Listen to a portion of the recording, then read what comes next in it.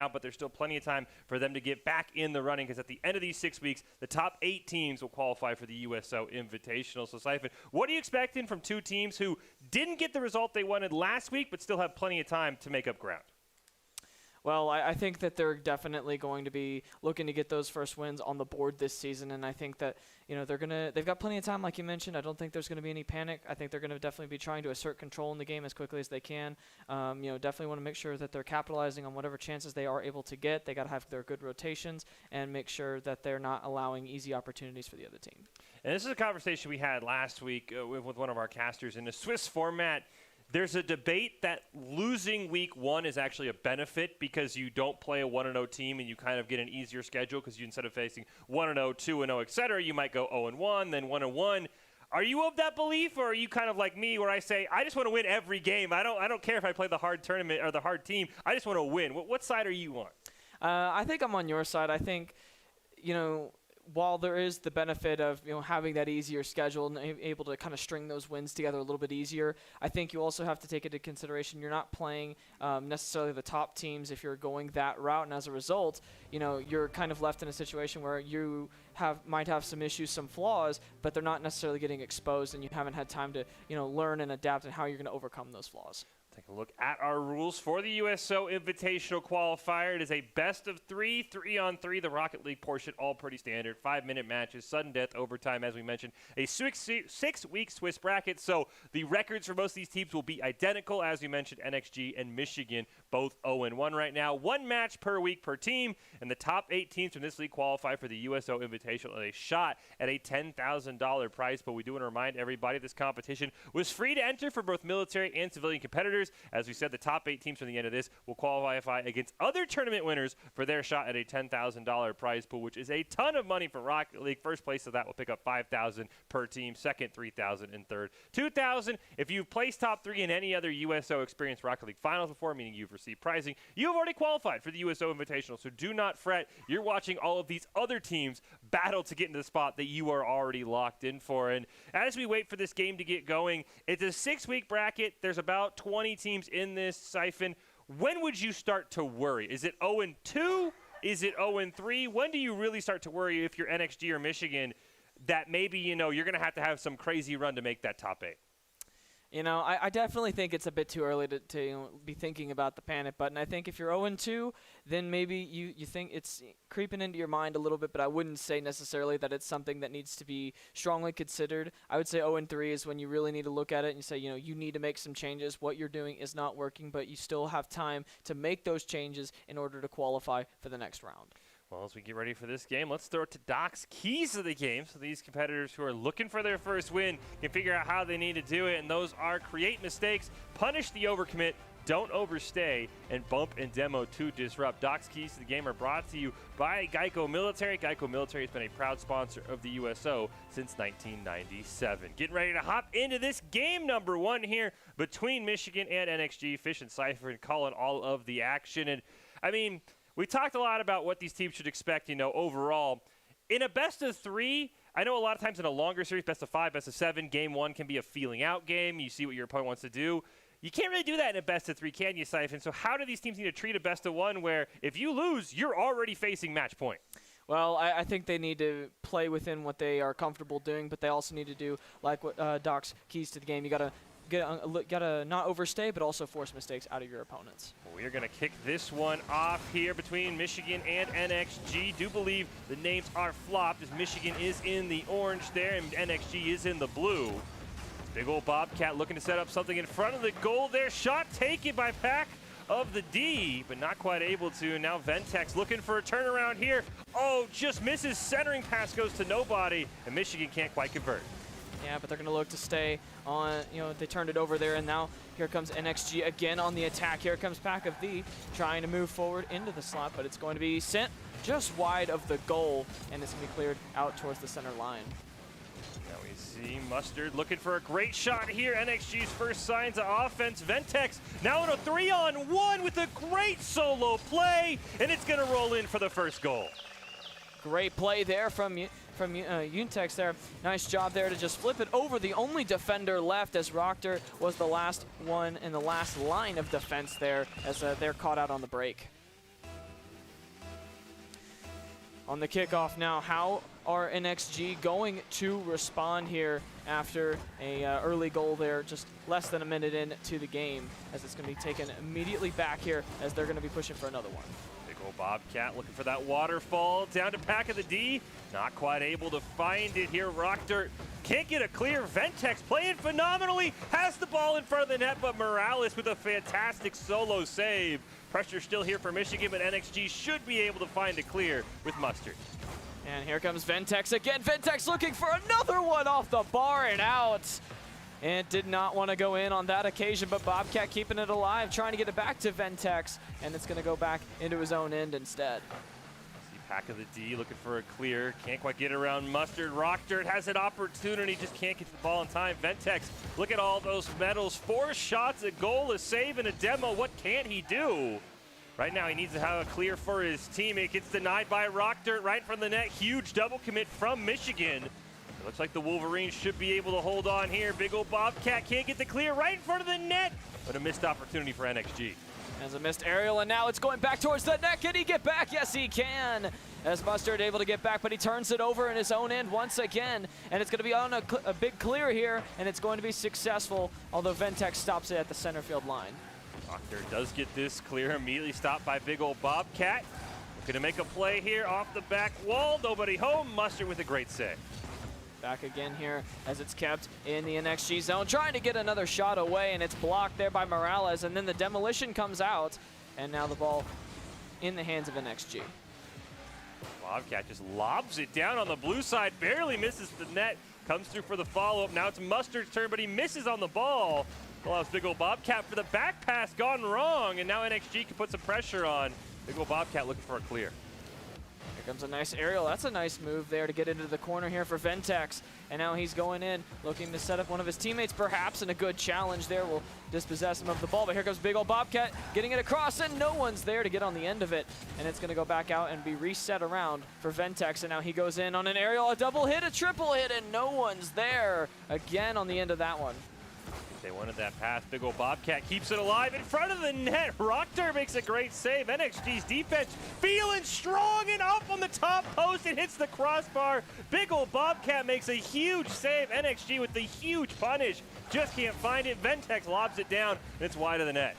Man, I can't believe that didn't go in. 2 golden chances, and they were both denied there. Big hold there, and again, right on the goal line. It's in the air still. Who's going to get to it? And big ol' Bobcat not able to tap it in. Good defense from Morales on the goal line, and he will clear this one out to safety, but intercepted again by big ol' Bobcat. And now he drives it forward, but he turns it over, and it'll go back into the hands of Rockdirt. Almost 60 seconds left of this game 1. NXG looking for a goal. Big ol' Bobcat gets stopped at midfield by Mustard. Pack a D off the side wall over to big ol' Bobcat, turned away by Morales. 3 saves for him. Now MXG trying to make a play on it. They get it around Pack a D, who has to retreat, and he can't get to the ball in time. Morales takes the shot. It's off the backboard. And it's going to go back into the NXG zone, which they don't have a lot of time here to try to look for an equalizer. Under 40 seconds, and there's another shot. How did that get saved? Oh my goodness. And now it's going to be another opportunity from Ventex. He's trying to get squared on the goal, and it's going to be cleared out to center. 30 seconds left. Here comes Mustard. Looking for the double tap off the wall. Just misses it. Rockdirt shot way too slow. One more chance for Morales, and he cannot find the back of the net. Big ol' Bobcat corrals it. Last chance here for Mustard and company for NXG. Gets a couple of great blocks over in the corner. 10 seconds left. Looking for a teammate. There's Mustard. Immediately stopped by Pack a D. Morales' shot hits the crossbar. And with 1 second left, the ball just has to touch the ground. Big ol' Bobcat will do just that. And Michigan will win a crazy 1-0 game.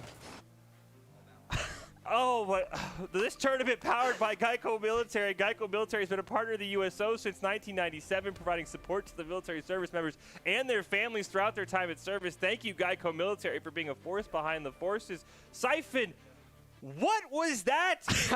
That was a 1-0 game that felt like it was like 8-7. You know, a 1-0 game is usually a lot of good defense, but that one it was mostly just a lot of chances. I mean, the crossbar was the best defender in that game. I mean, but Michigan they held on, they converted the opportunities they were getting, although they got a little bit too pass happy. I feel like at times they passed their way out of a few goals, I feel like, but they definitely recovered when they needed to, and NXG had some chances, but overall was a little too frantic, I think, on their rotations at the back, and they continuously were caught with just one man left to try to make an incredible save, which most of the time they were able to make, but didn't amount to enough in the end. You're 100% right. And I think the statement you made about the crossbar is also correct, because Michigan nearly got punished, I think at least twice, if not 3 times. All 3 members pushing up for a goal. Huge clear comes up from NXG, and I'm thinking in the air, that ball's in, we've got a tie game. It somehow ricochets off the crossbar. I mean, what do you tell NXG? They felt like, at least to me, the better team. They had more saves. They had some great opportunities. I mean, what do you do when you just literally can hit everything but the back of the net? Keep shooting. just keep shooting, and it'll go in eventually. That's the idea, I suppose. Game number 2 here. Remember, this is a best of 3, so NXG, despite the performance, is now facing match point. Ventex gets a great pass to big old Bobcat, but it gets away from him. Looks like NXG should be able to corral this one around Packet D. And it's going to stay in the corner here of NXG for just a moment. Here's Ventex again! What a goal from Ventex! Early 1-0 lead here from Michigan. Morales just misses on it. Oh, the double commit going for the ball. You cannot both miss on a double commit. Ventex could not have an easier goal in their life. Now we'll reset for the kickoff. Michigan up 1-0. It's Ventex who's got both goals in this series for anybody. We'll see if someone else can add to the scoring. It's off the kickoff. That's a crazy win for the Michigan side. Big old Bobcat can't get there in time. Ventex corrals the ball at midfield, gets it around Rock Dirt, gets it around Morales. It's up in the air, just hovering. But Mustard corrals it, immediately stopped by Pack of the D. Mustard looking to steal it away, but it's Rock Dirt who does that. Yeah, and it's going to go into the Michigan end here. And a demolition comes out. It is 2-on-3 right now, but the ball is not in the Michigan end. Here comes Ventex again, but it's taken away from him and up towards center. Back of the D gets a great shot. Mustard going to deny that rebound attempt. Huge clear. Big old Bobcat, though, keeping it alive. Wants to center it to a teammate, or maybe play it off the wall to themselves. Morales from the 50 gets the ball to flip right over to Ventex. Looks for the pass to Pack of the D, but it's wide of the net. There's a good opportunity there, but they were not able to finish that one as Morales going forward here. Mustard trying to find one off the back wall. It's in the slot, but it's cleared away, and it's going to go back towards the NXG net. Ventex, that's a crazy bounce away from everybody. Oh, Bobcat looking to center it up. Great job by Mustard on that steal over to Morales. Misses the centering pass, though. So Ventex can blast it down on net off the backboard. Bumps the goalie out of the way. Where's the team? Oh, I think that was an own goal ricochet. I think you're right. It was going to be an own goal ricochet, but I think it was going in regardless. But it does end up going in off of Mustard, and it's 2-0 here from Michigan. Here comes the face-off here. How is NXG going to respond? Because they need a goal soon. They've played well, but they've not been able to find the back of the net once, or in both of these games to this point. Oh, Pack of the D, a mistake. Can they punish? Mustard trying to center it. Huge double commit comes out from Michigan. Could be a chance. Rock Dirt off the back wall. Oh, no. He's got to retreat now. It's a wide open net for NXG, but big old Bobcat can't corral the ball in time. It gets demoed. Yeah, here comes Rock Dirt. Is he able to get it out? He turns it over. Instead, Park of the D trying to center it, and instead going to be sent away. There's a nice shot from big old Bobcat off the roof, and there is a great goal there, set up by the whole team, and Ventex finishes. Great job by Ventex. Gets a steal at midfield. As you said, big old Bobcat with the great setup over to Ventex. It's a 3-0 lead.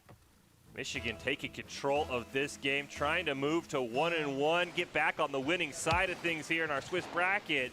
Right off the kickoff, Ventex nearly has a great opportunity to build this lead, but it's NXG with all the pressures. Mustard Dirt going for a shot, can't find it. And here comes again Morales. Is going to slow this one down, and he's going to leave it there for Mustard as Mustard tries to get it out of his own end, but he's not able to. Here comes Rock Dirt now, pushing it forward, but it's still stuck at that center field line. Park of the D trying to send that towards the goal, and he gets it in. I think somebody missed in the air. Get a look at it. Yeah, Park of the D. I don't even think this is a shot. Morales misses the contest.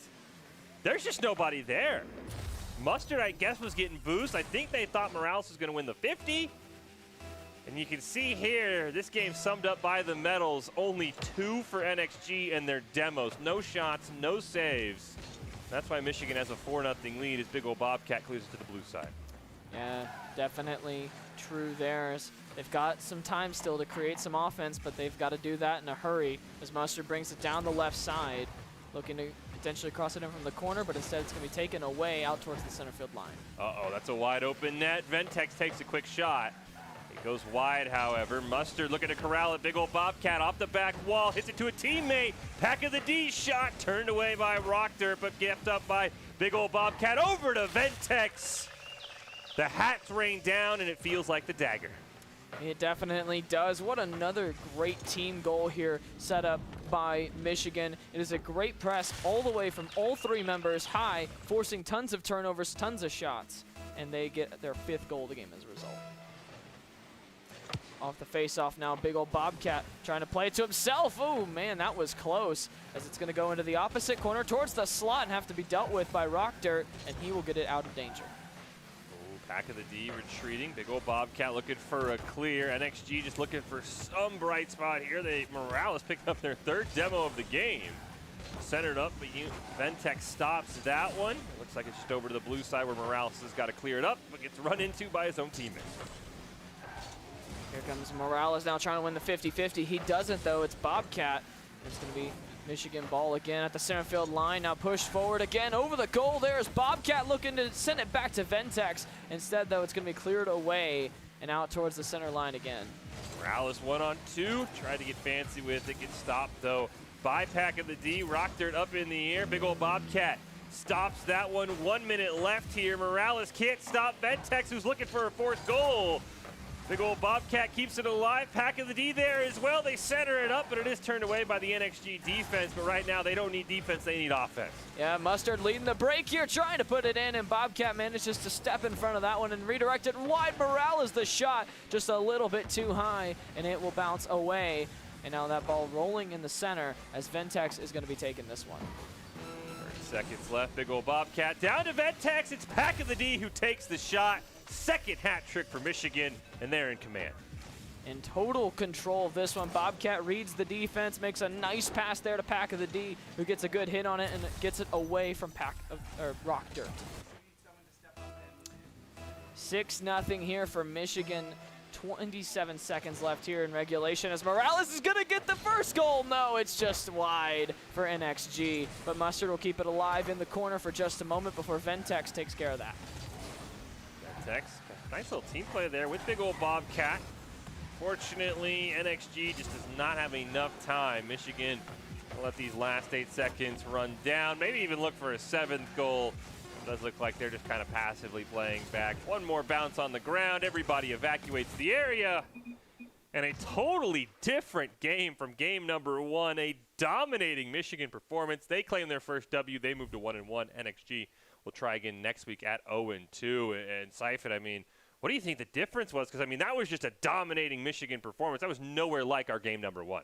Yeah, it definitely was. I think the game number 1 definitely gave them some confidence, and they stuck to a lot of what Doc's keys to the game were going to be. They forced mistakes. They didn't overstay. They had good rotations, and they were getting lots of demos down, which creates a lot of space for them to operate and look to score a bunch of goals, which is what happened.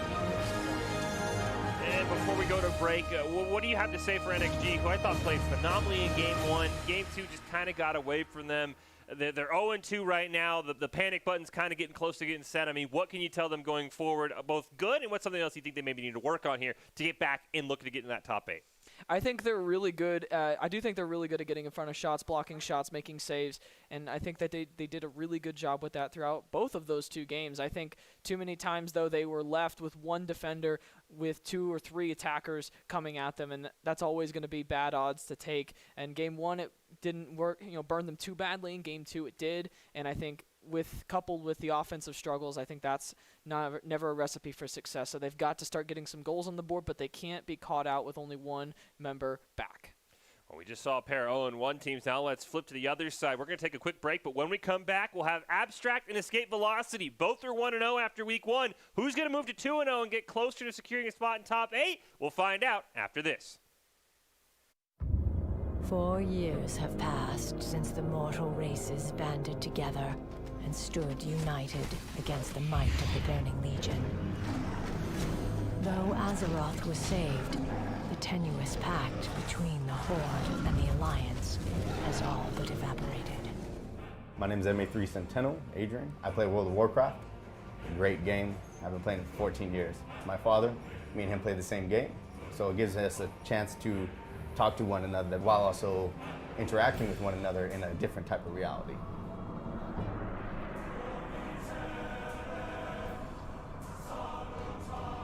I also play World of Warcraft. My younger brother plays. I do not play with either of my two parents, though my mother very often leans over my brother's shoulder and talks to me while him and I are playing. At the USO, they give us Wi-Fi, free Wi-Fi.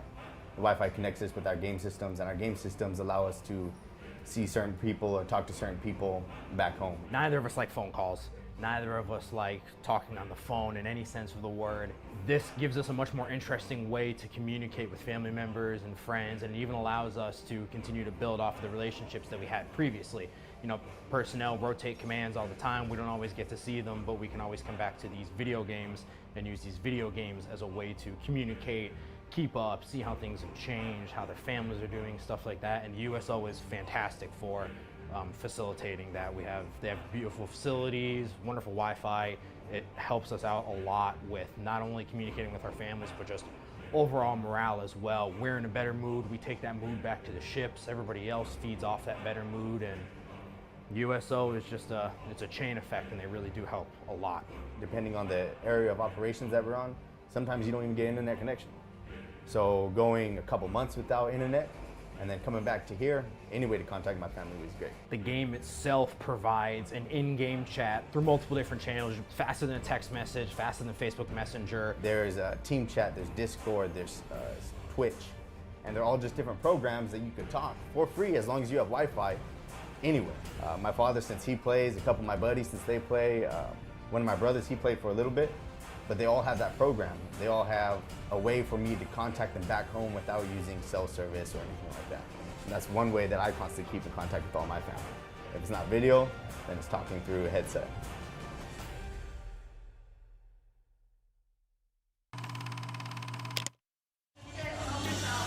I wanted to go on the USO tour here in Alaska because I've actually never been to Alaska, but more importantly, I've never done a USO tour before, and this was an opportunity that I just couldn't pass up. I told everybody on my team I really want to dedicate some time, visit some people and thank them in person, and we just, threw this together, and everybody was very accommodating and made it happen. Here at Allison, it's just been a very warm welcome. I mean, not weather-wise, but people-wise, it's been incredible. Just getting to explore the grounds. I got to see some jets, which were absolutely breathtaking.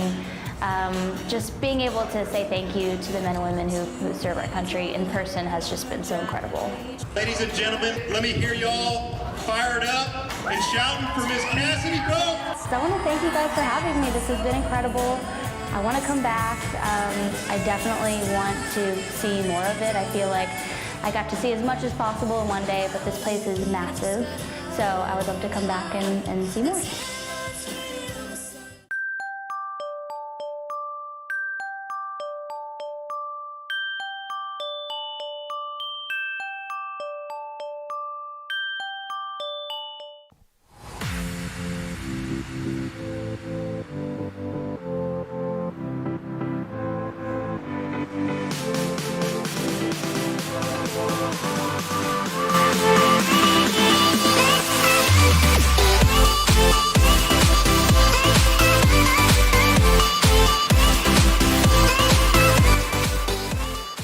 Welcome back in the Boise State Esports Arena, continuing on with our USO Invitational Qualifiers week number 2. It's been a fantastic start. We just saw Michigan take down NXG, but those teams were on the more panicky side of the field. It's a Swiss tournament, so you play teams with usually identical records. They were both 0-1. Now I get two teams who are feeling pretty confident. Abstract, Escape Velocity, both 1-0. Fish and Siphon here calling all of the action. And how does, obviously you want to win every game, Siphon, but how does the mindset change when you know you're 1-0 as opposed to 0-1? What do you think these two teams are kind of feeling right now as we get ready to go into lobby? Well, I think they're going to be feeling pretty good. I think that they know what they did well in week 1. They're going to try to definitely play within what they do well as a team, but I also think that they are going to need to change, obviously keep changing, keep evolving, keep adapting, because eventually, you will get found out and you're going to have to be able to provide solutions and answers to what teams will throw at you. Just a reminder, the top 8 teams when this 6-week Swiss bracket is done will qualify for the USO Invitational. So anytime you're 2-0, that is a very nice thing. Best of 3, 3-on-3, Rocket League side of things, very standard. You only get 1 match a week, so hopefully these players have been doing a warm-up. Top 8, qualify for the USO Invitational, a shot at a $10,000 prize pool. It's abstract, it's escape velocity. We're just getting ready to go. And that 1 match per week per team thing, Siphon, is something that catches my eye. How much warm-up, if you were on one of these teams, would you do? Would you get maybe a couple solo queue games before? I mean, what are you doing to make sure you're warm for the 1 match per week that you get? I definitely think, on game day, you're probably doing, at least 5 or 6 games. You got some solos in there. I would definitely be playing with your team as well, so you guys are warmed up on the same page.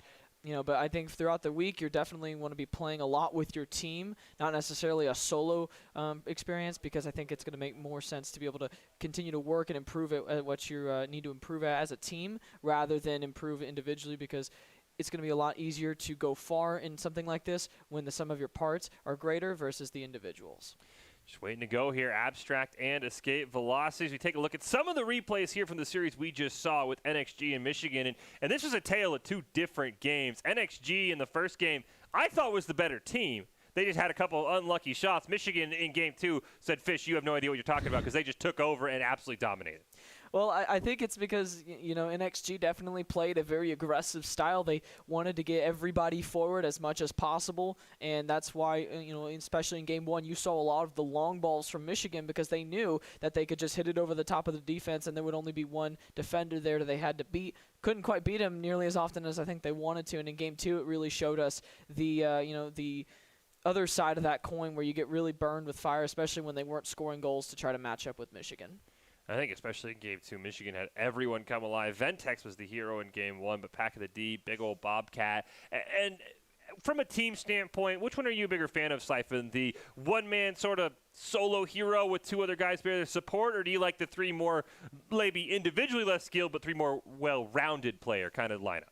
Oh, that's a tough question. I'm going to go with the team lineup. I think it's a lot cooler and a lot more difficult to pull off the consistent team performance and team goals. Like Michigan had a lot of those, despite Ventex being a pretty big standout player. They had a lot of team goals where they each forced turnovers, had good passes, good setups, forced some goals, and I think that definitely is the kind of Rocket League that I like to see versus the individual efforts, however spectacular they might be. I know you're right, and I know every Rocket League coach is like screaming that you're right, but my goodness, I love just like the one dude's absolutely cracked, supersonic legend, and everyone else is like champ 2, and he's like, get in the backpack, boys, stop the other team from scoring, and I'll carry you far. Here are the teams in the overall bracket. We'll get a chance to take a look at, I believe, most of these today. Abstract and Escape Velocity, 2 teams that are 1-0 is our next matchup. We're just waiting to hop into the game. They are on the top side of things. They are both 1-0. So they got, like I said, I'm a big fan. I think Siphon even agree with me. We both said, let's start 1-0. Don't start 0-1. Don't kind of say, oh, we'll get the easy teams and then we'll kind of sneak our way in. I do not like that. But again, we're going to get a chance to take a look at teams like UT Dallas. We're going to get another chance to look at Florida Tech, both their varsity and JV teams. University of Wyoming. We saw all of those last week. My personal favorite, the Chads, just because I think that is maybe the best logo there. But that's just me. Definitely, I think that they have a pretty good logo, but I think that there's a lot of great teams in this tournament. They all have unique styles too, which is obviously a huge plus. I think it's going to be an exciting final couple of weeks here of the group stage before moving into the next round of the tournament.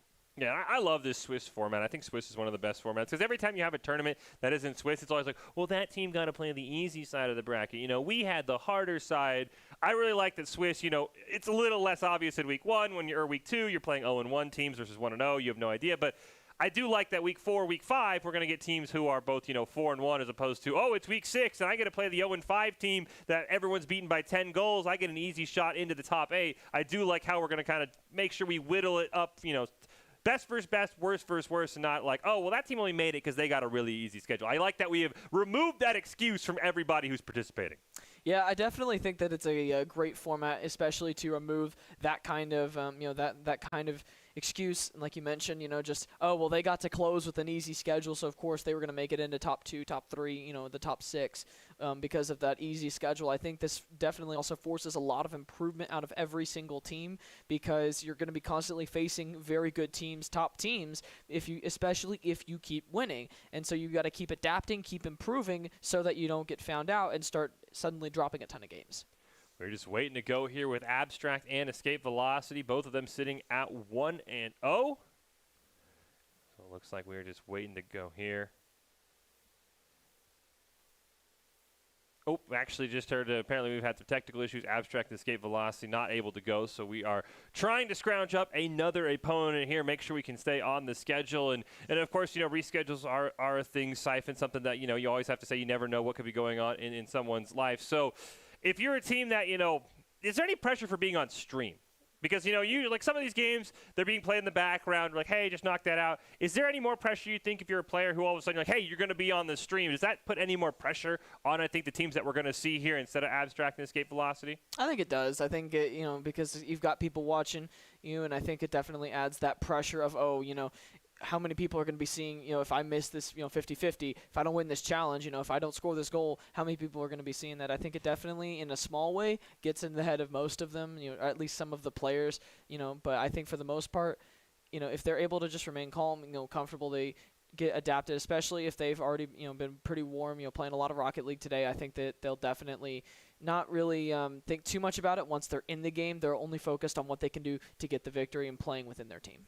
I think the thing you bring up there about remaining calm is something that, we didn't really talk about in that first series, because if you're NXG, you have to be fuming at some of those shots that, you and I were just sitting here like jaws almost on the floor. Like, how does that ball not go in? So, we only give these players about 60 seconds between game, which is not a lot of time in the grand scheme of things. So what can you tell a player? Maybe, let's say, we can't help NXG out, unfortunately, but if you have a series where you feel like you maybe should have scored 3 goals, none of them went in, it was somehow miraculous saves or the crossbar, there was some crazy angle. What advice can you give these players in those 60 seconds between games to kind of reset the mental and not let that game affect you? Because we saw a totally different team from NXG, and I don't know if their mentals had reset after a very frustrating game 1.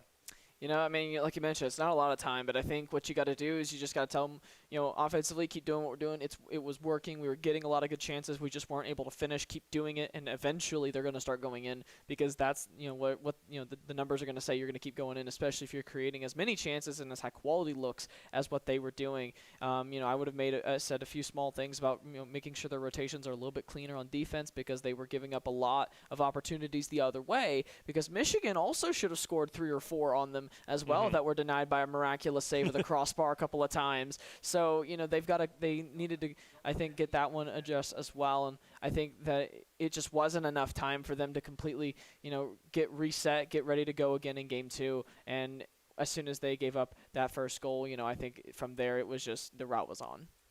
Waiting to see what our next matchup is going to be. Do believe we have potentially found one here. Second week of the USO Invitational Qualifiers. Swiss format, as we said, the top 8 teams will qualify. For the USO Invitational, there is $10,000 of prize money on the line. This is sort of one of the last chance tournaments. I know, a team that we were talking about maybe seeing Escape Velocity, who we are not seeing now. They bet in a couple of those other USO qualifiers, haven't made it. So that's kind of one of those as well where, is there anything, there's any added pressure, Siphon, of knowing that this is maybe one of your last chances to qualify? Do you think that plays on anyone's mind? Because, $10,000, you hear that prize pool, you're like, oh, yeah, I'm all in. And then you realize, wait, this is maybe our last chance to do that. And that kind of makes things a lot more stressful. I definitely think it adds a lot of stress. Like you mentioned, that's a lot of money, and a lot of these players may not have played for prize pools like that kind of money before. But I think that you got to consider too. I think with how many good teams there are across these different brackets, Escape Velocity might have been in here a couple of times, but they've also played some really good teams, and I think each team is still learning, growing, and kind of understanding how this kind of goes. What's the best way to make it through? And I think Escape Velocity, even though they haven't made it through in the last couple of qualifiers, I think they'll have learned from their experiences and definitely be trying to use those to get them through this time around. This is the USO Invitational Qualifier, week number 2, tournament powered by Geico Military. Geico Military has been a great partner of the USO since 1997. I want to give a shout out to them for being the force behind the forces. But we are going to take a quick break while we figure everything out. We have more great Rocket League coming up. Don't go anywhere. It's the USO Invitational Qualifier. We've got more action after this. 4 years have passed since the mortal races banded together and stood united against the might of the Burning Legion. Though Azeroth was saved, the tenuous pact between the Horde and the Alliance has all but evaporated. My name is MA3 Centennial, Adrian. I play World of Warcraft. Great game. I've been playing it for 14 years. My father, me and him play the same game, so it gives us a chance to talk to one another while also interacting with one another in a different type of reality.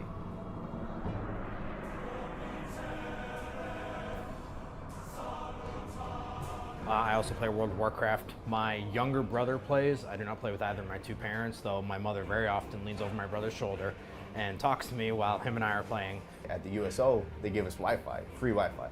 The Wi-Fi connects us with our game systems, and our game systems allow us to see certain people or talk to certain people back home. Neither of us like phone calls. Neither of us like talking on the phone in any sense of the word. This gives us a much more interesting way to communicate with family members and friends, and it even allows us to continue to build off the relationships that we had previously. You know, personnel rotate commands all the time. We don't always get to see them, but we can always come back to these video games and use these video games as a way to communicate, keep up, see how things have changed, how their families are doing, stuff like that. And USO is fantastic for facilitating that. They have beautiful facilities, wonderful Wi-Fi. It helps us out a lot with not only communicating with our families, but just overall morale as well. We're in a better mood. We take that mood back to the ships. Everybody else feeds off that better mood, and USO is just it's a chain effect, and they really do help a lot. Depending on the area of operations that we're on, sometimes you don't even get internet connection. So going a couple months without internet and then coming back to here, any way to contact my family was great. The game itself provides an in-game chat through multiple different channels, faster than a text message, faster than Facebook Messenger. There's a team chat, there's Discord, there's Twitch, and they're all just different programs that you can talk for free as long as you have Wi-Fi anywhere. My father, since he plays, a couple of my buddies, since they play, one of my brothers, he played for a little bit, but they all have that program. They all have a way for me to contact them back home without using cell service or anything like that. And that's one way that I constantly keep in contact with all my family. If it's not video, then it's talking through a headset.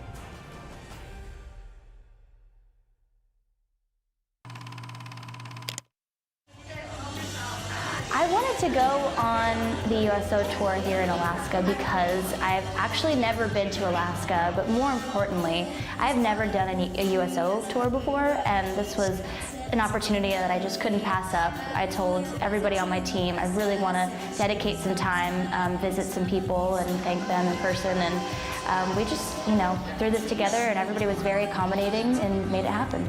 Here at Allison, it's just been a very warm welcome. I mean, not weather-wise, but people-wise, it's been incredible. Just getting to explore the grounds. I got to see some jets, which were absolutely breathtaking. Just being able to say thank you to the men and women who serve our country in person has just been so incredible. Ladies and gentlemen, let me hear y'all fired up and shouting for Miss Cassidy. Go! So I want to thank you guys for having me. This has been incredible. I want to come back. I definitely want to see more of it. I feel like I got to see as much as possible in one day, but this place is massive. So I would love to come back and see more.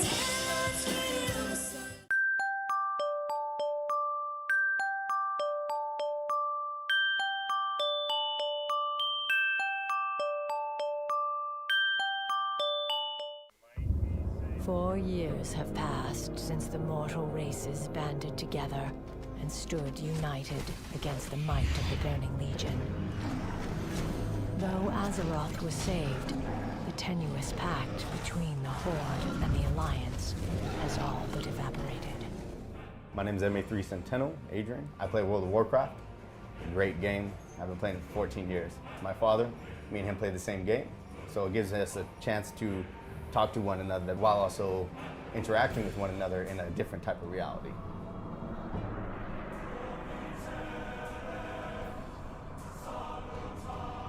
I also play World of Warcraft. My younger brother plays. I do not play with either of my two parents, though my mother very often leans over my brother's shoulder and talks to me while him and I are playing. At the USO, they give us Wi-Fi, free Wi-Fi. The Wi-Fi connects us with our game systems, and our game systems allow us to see certain people or talk to certain people back home. Neither of us like phone calls. Neither of us like talking on the phone in any sense of the word. This gives us a much more interesting way to communicate with family members and friends, and it even allows us to continue to build off the relationships that we had previously. You know, personnel rotate commands all the time. We don't always get to see them, but we can always come back to these video games and use these video games as a way to communicate, keep up, see how things have changed, how their families are doing, stuff like that. And the USO is fantastic for facilitating that. They have beautiful facilities, wonderful Wi-Fi. It helps us out a lot with not only communicating with our families, but just overall morale as well. We're in a better mood. We take that mood back to the ships. Everybody else feeds off that better mood, and USO is just it's a chain effect, and they really do help a lot. Depending on the area of operations that we're on, sometimes you don't even get internet connection. So going a couple months without internet and then coming back to here, any way to contact my family was great. The game itself provides an in-game chat through multiple different channels, faster than a text message, faster than Facebook Messenger. There's a team chat, there's Discord, there's Twitch, and they're all just different programs that you could talk for free as long as you have Wi-Fi anywhere. My father, since he plays, a couple of my buddies, since they play, one of my brothers, he played for a little bit, but they all have that program. They all have a way for me to contact them back home without using cell service or anything like that. And that's one way that I constantly keep in contact with all my family. If it's not video, then it's talking through a headset.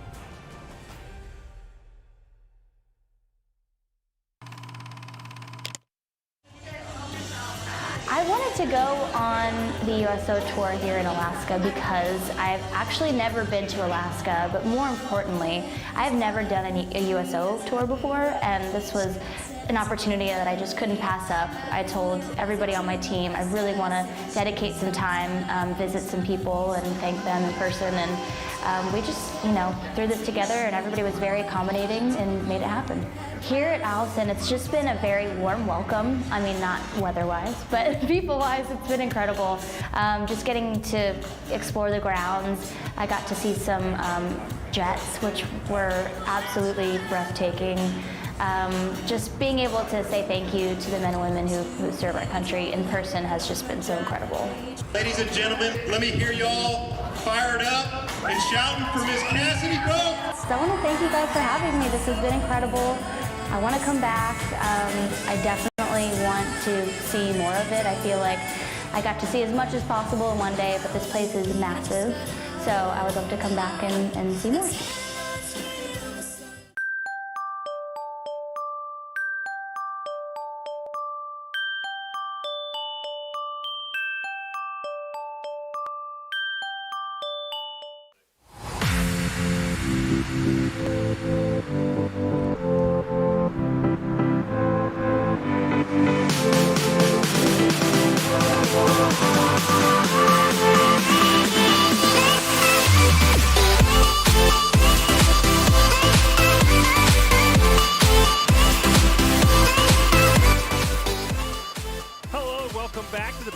Esports Arena. We're here for week 2 of the USO Invitational Qualifier, powered by Geico Military. Since 1941, the USO has been the nation's leading organization to serve the men and women in the U.S. military and their families throughout their time in uniform. From the moment they join through their assignments and deployment, and as they transition back to their communities, the USO is always by your side. You've got a sneak peek there. We're changing gears. It's Hood College and Eatables coming up in less than 5 minutes here in week 2. Fish and Siphon calling all the action in.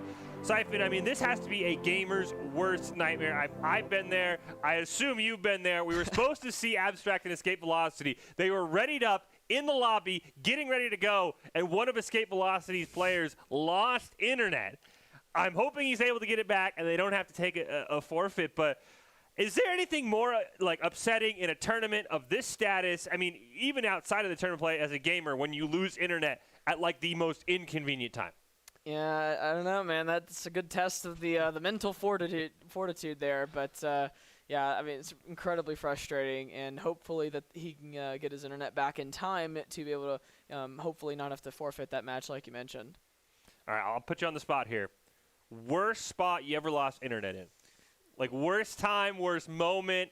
What was the situation that you lost internet and you're just staring at a screen and you're just like, what? Okay, so I was playing in a competitive League of Legends game, and I'm a support main. So I was playing Alistar, and we were doing great. We were rolling over them, and then we had a fight around the Dragon Pit where I went in. I got a 5-man knockup. It was great. And then my internet went out, and I disconnected from the game. Oh, no. And I didn't hear what happened after that. And then I finally get back in on my phone, and I'm like, yo, what happened, guys? And they're like, oh, you died, and your KDA's toast, but we won the fight. And I was like, cool. But that was probably the worst moment, because there are times where like it'll go out for like 30 seconds, and it's like, oh, no, and then it's fine. Yeah. But we have not heard. Hopefully he was able to get back. Yeah, there are just times, I'm right there with you, where you're just like, you go in, especially a game like League, you're like, Discord goes quiet. You're like, what's going on? Like, where is everybody? Like, what happened? Probably the worst feeling. So, again, I hope this Escape Velocities player was able to get back, get in that game. That's going to be a fantastic one, and we'll see them, I'm sure, further down the line. But it is Hood College and Yeatables.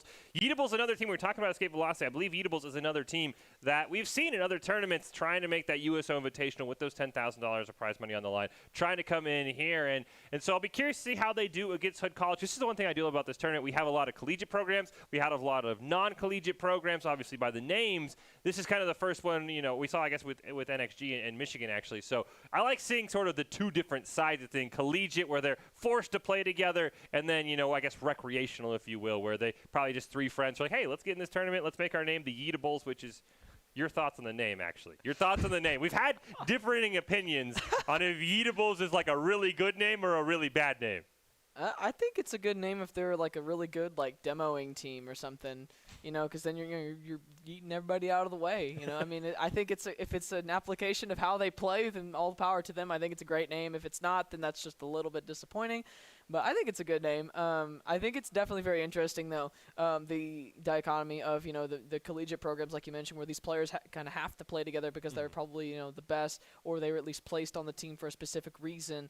Whereas, you've got these, these other programs where it's more, it's either it's a little bit more fluid on who could be playing week to week. So I think that definitely provides an interesting dynamic on what kind of styles you end up seeing. Whereas like the collegiate programs, like we saw in our first match of the day, where Michigan looked like a pretty structured team, and yet NXG, where it was they definitely were very good offensively, but the communication defensive rotations definitely not I think what they wanted in terms of being able to play higher up like they were trying to do.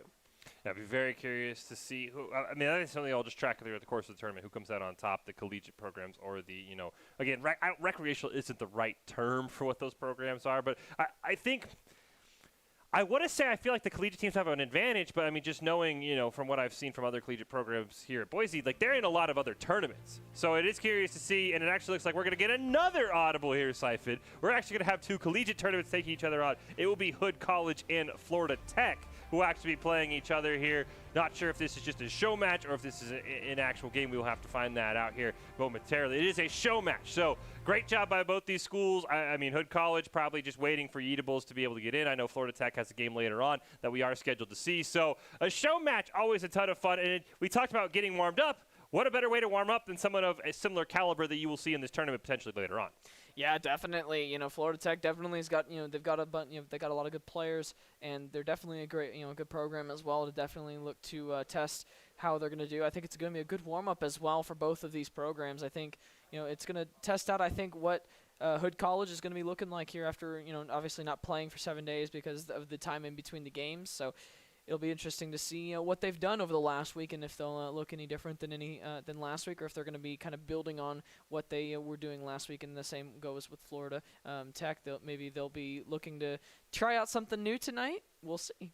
I was going to say, how much – I mean, Rocket League's a little bit of a different game. There's not as much strategy as involved as you would see in other games where, there's a lot of strategy in how you play. I mean, Rocket League's more of just fast-paced. You make sure you have your rotation. So is there any concern in a show match against a team you might see later on that you're giving away too much information on your play style in terms of being aggressive or going for demos? Or is it like, it's a show match. I don't even know if we'll see this team. Let's just have some fun, play our normal style, and get some practice. Which would you side with?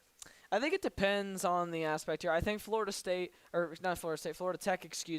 going to look, I would think they're going to look pretty similar to what they've done in the last week. I don't think they're going to try to show anything here tonight, because they're playing tonight, obviously, and there's going to be a lot of time to look and study that potentially if they, show something new here in this show match. Whereas I think for Hood College, since they are about to play, I would think that maybe we could see something else here from them. But I would think both these teams are going to treat this somewhat seriously. I don't think they're necessarily going to be trying the hardest to win this game, like they would in a regular the best of threes here. But I do think that they're definitely going to be taking this as try to get some good practice in against some good teams. Despite it being a show match, Doc's keys always are applicable. So let's take a look at those here, and that is brought to you by Geico Military. That is create mistakes, punish the overcommit, don't overstay, and bump and demo to disrupt. Doc's keys brought to us by Geico Military. Geico Military has been a proud sponsor of the USO since 1997. Hood College and Florida Tech. Show match here as both these teams are waiting on games. Hood College waiting for eatables. Meanwhile, as Siphon did mention, Florida Tech is a team we will see later tonight. They actually do have two programs in this as well. I've not heard if it is their varsity or JV program, but that will be something to keep an eye on because both those have different styles. And actually, we were kind of talking about this before the game. The funny thing is, given basically what most people know about varsity and JV, you think the varsity team is better. The JV team won last week. The varsity team didn't. So it's a little interesting that the JV teams 1-0. I don't know which one we'll see in this show match, but that's got to be an interesting week, on campus in their esports facility. Like, yeah, we're 1-0 in the USO Invitational Qualifier. What do you? You're 0-1. I guess we won't see each other for a while then. Yeah, that would be quite entertaining if it's the JV team who ends up staying up, in the upper, the top 3, top 4 area, and you have, the varsity team who's kind of hanging around, 5 to 8 potentially, as we are getting into game now. Kick this one off. It does look like Florida Tech is still down a player. Nothing says like a show match is trying to show off what you could do 2v3. Actually, maybe that looks like they're in the game. Maybe our overlay just hasn't picked them up. I think that is. Yeah, Dask is in the game. It's just not on our overlay. So it is a 3v3 as Nader taught for Hood College. Looking to get it clear. Florida Tech going to stop that one. And Berto and company looking to add another win to their total, but Slammin makes a fantastic save. And here comes Berto again. That's a good ball towards the goal, but it is just wide. There's Dask trying to keep it alive with a high press, but instead it's going to be cleared out towards the goal of Florida Tech, and there's the shot on goal too high, looking for the rebound, and it's going to go away as Florida State will clear it down the pitch, looking for another goal. What a save from my goodness, what a save there from Nader Tot, excuse me. I did not think Nader Tot was going to get there. My goodness, all caps with a great shot down. Oh, maybe a chance to play it. Doesn't look like it. Berto should be able to get to that one. But a miss on the follow-up. Nader Tot back to slam and dash with a great challenge. One more attempt for Hood College. Can't quite find it. Avionics now looking to clear this one up near midfield. Slamming with a nice stop, but gets the ball dunked over it. And it's going to go to the other side here to Dask in the corner, trying to play it out, but it gets just away from him here. Now it's a center to Avionics, who tries to fire a shot, but it's going to go wide. Controlled now by Hood College, and it's going to be won by Dask, actually, in a dangerous spot. He wins it again off the back wall, looking for the shot. It's rolling, and it's going to be taken in control by Slammin. Good practice for this Florida Tech squad. I've been told this is the varsity team for Florida Tech, so definitely some good practice for them, as we mentioned, sitting at 0-1. A show match, this won't count for their record, but definitely something I'm sure they will not turn away, as Nader Tot can't carry it towards midfield. Dash with a great stop. All caps with a huge miss. Ball still just bouncing. Finally slamming the pass to all caps, but the shot is wide. It's going to be taken now by Dask in the corner, but actually it bounced away from him there. Man, that nearly could have been disastrous there, as it's going to be Slammin continuing to try to create for his team, and it's going to be all caps leaving it in the center once again, but taken calmly by Bartow. Florida Tech, great chance here to maybe clear it away. Avionics misses those. Slammin 18 right in front of the net. Dash with a huge blast down into the other side. Nader Tot going to corral this one. It gets stolen away by Dash. One miss, but the ball's got no follow-up, and now Slammin can carry it to the orange side. Gonna go back here, and that's a nice aerial in actually towards the goal, and Berto manages to knock it away, as now he's gonna try to bring it forward here, but it's knocked away. He'll recover it once again, trying to go towards the inside, looking for Dask on the cross, and he's gonna be knocked out of the way, and it's gonna be cleared down the field by Nadertot. Onyx should be able to get this one, but Berto comes out of nowhere, runs right into all caps, and now it could be a 2-on-1, but they just kind of give up on the ball. Dask, huge pass down to a teammate, Avionics looking for the back play to Berto. The shot's too high. Can somebody get there? No, they cannot. It's deja vu all over again. Nobody can find the back of the net. Man, the post continues to be the best defender we have seen all afternoon to this point, as there's another shot here going wide of the goal again. Neither one of these teams can get this one on target, and right down the middle it looks like, as there's Dask with an aerial denied. Another shot from Berto denied again. All caps looking to settle things down, dribble it up. Avionics with a nice challenge. Ball gets launched across the field. Lands right in Slammin's lap. Gonna play it off the back wall. There's a rebound chance, but I think Berto just got a fender on it to change the trajectory. All cap shot too slow and a little bit to the left. And Berto, oh, he misses the corral. The ball bounces into the two members of Florida Tech, but Dask with a nice save to clear it away. There's a nice shot from Dask, and it's gonna go wide. Couldn't tell if Slammin got a piece of that one, but now he's driving forward. He's got a one-on-one. It's gonna go off the back wall, looking for all caps potentially, as we're now under a minute, and Dask clears it away. Berto over to Avionics in the corner. Unfortunately, can't keep it alive. Bert looks like a great center here for Hood College. Dask just barely gets a nose on that one. Berto misses. That allows Slammin to get a touch. Nadertot can't get to those. Dask corrals it. It lands on Berto's hood. Stop the ball in its tracks. Now All Caps has a great chance here, but it's have a teammate. They all went back for boost, and Florida Tech gets an easy clear. The rotations just have not been in sync now, as we're under 30 seconds, as Dask brings it forward here into the Hood College end, and he turns it over one more time as Berto now tries to send it deep. Slammin looks like he wants a huge pass over to Nadertot. That's going to get intercepted. Dask over to Avionics in front of the net, but he can't quite get to it. All caps, huge clear. Dash should be able to corral this, and Florida Tech gets one more chance. 10 seconds left now. Here's Avionics trying to put it in. He's denied by All Caps initially, and it's going to be cleared away there by Nadertot. 2 seconds left here as it's going out towards the center. Nadertot trying to keep it alive, and overtime on the cards here in the show match. Nobody can find the back of the net. We'll see how long overtime goes here between these two. As that ball is taken right on net, Dask can get to it. It's a little high. Slammin 18 can't stop the clear. Nadertot's got to go racing back. And Avionics now trying to apply some pressure here, and he forces a heavy touch there from Nadertot, and it's going to be one now by Dask, sending it forward into the corner, but his teammates have retreated, but he wins the ball back himself, trying to go for the shot, and it's denied as Slammin will clear that away. Berto stops it near midfield. Now Nadertot off the back wall. Slammin's a bit too fast, though. All Caps barely stops Avionics. Ball in front of the net. No chance here. Dask with a nice clear. Slammin keeps it alive, though. Looking for a pass to a teammate that's not there. Berto gets a huge steal. One-on-one, but Nadertot saves it. Back again here. Dask trying to get it across there. He gets it across in. Avionics gets the goal. And that will be a huge goal as they win the show match. Huge turnover at midfield. Avionics capitalizes. I don't know if that's a good sign or a bad sign going forward. Defensively, these teams are going to shut out everybody. Offensively, I don't know. It's this tournament powered by Geico Military. Geico Military has been a partner of the USO since 1997, providing support to military service members and their families throughout their time in service. Thank you, Geico Military, for being a force behind the forces.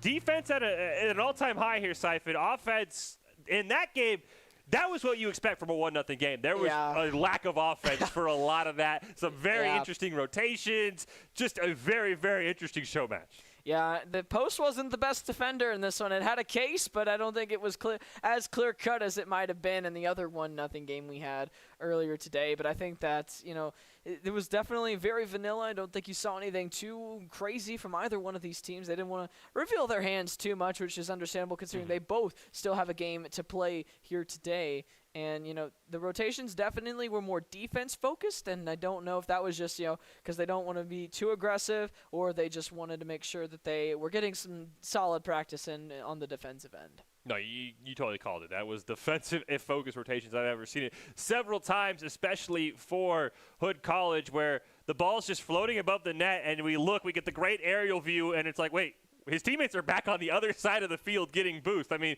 it just very defensive focused, a great show match, really. I mean, a show match defensively at least. Offensively, again, as you said, maybe holding their hand back. They both do have games today that are scheduled, especially Florida Tech. I know Hood College did have to maybe have a reschedule with the Eatables. That was a game we were looking to go to, but Florida Tech does have a game later today. I'll go with confidence builder. I don't know about you. I'll go with confidence builder because in the end, Florida Tech got the win. Yeah, we'll go with confidence builder. Just grind out the result there. I mean, it wasn't pretty.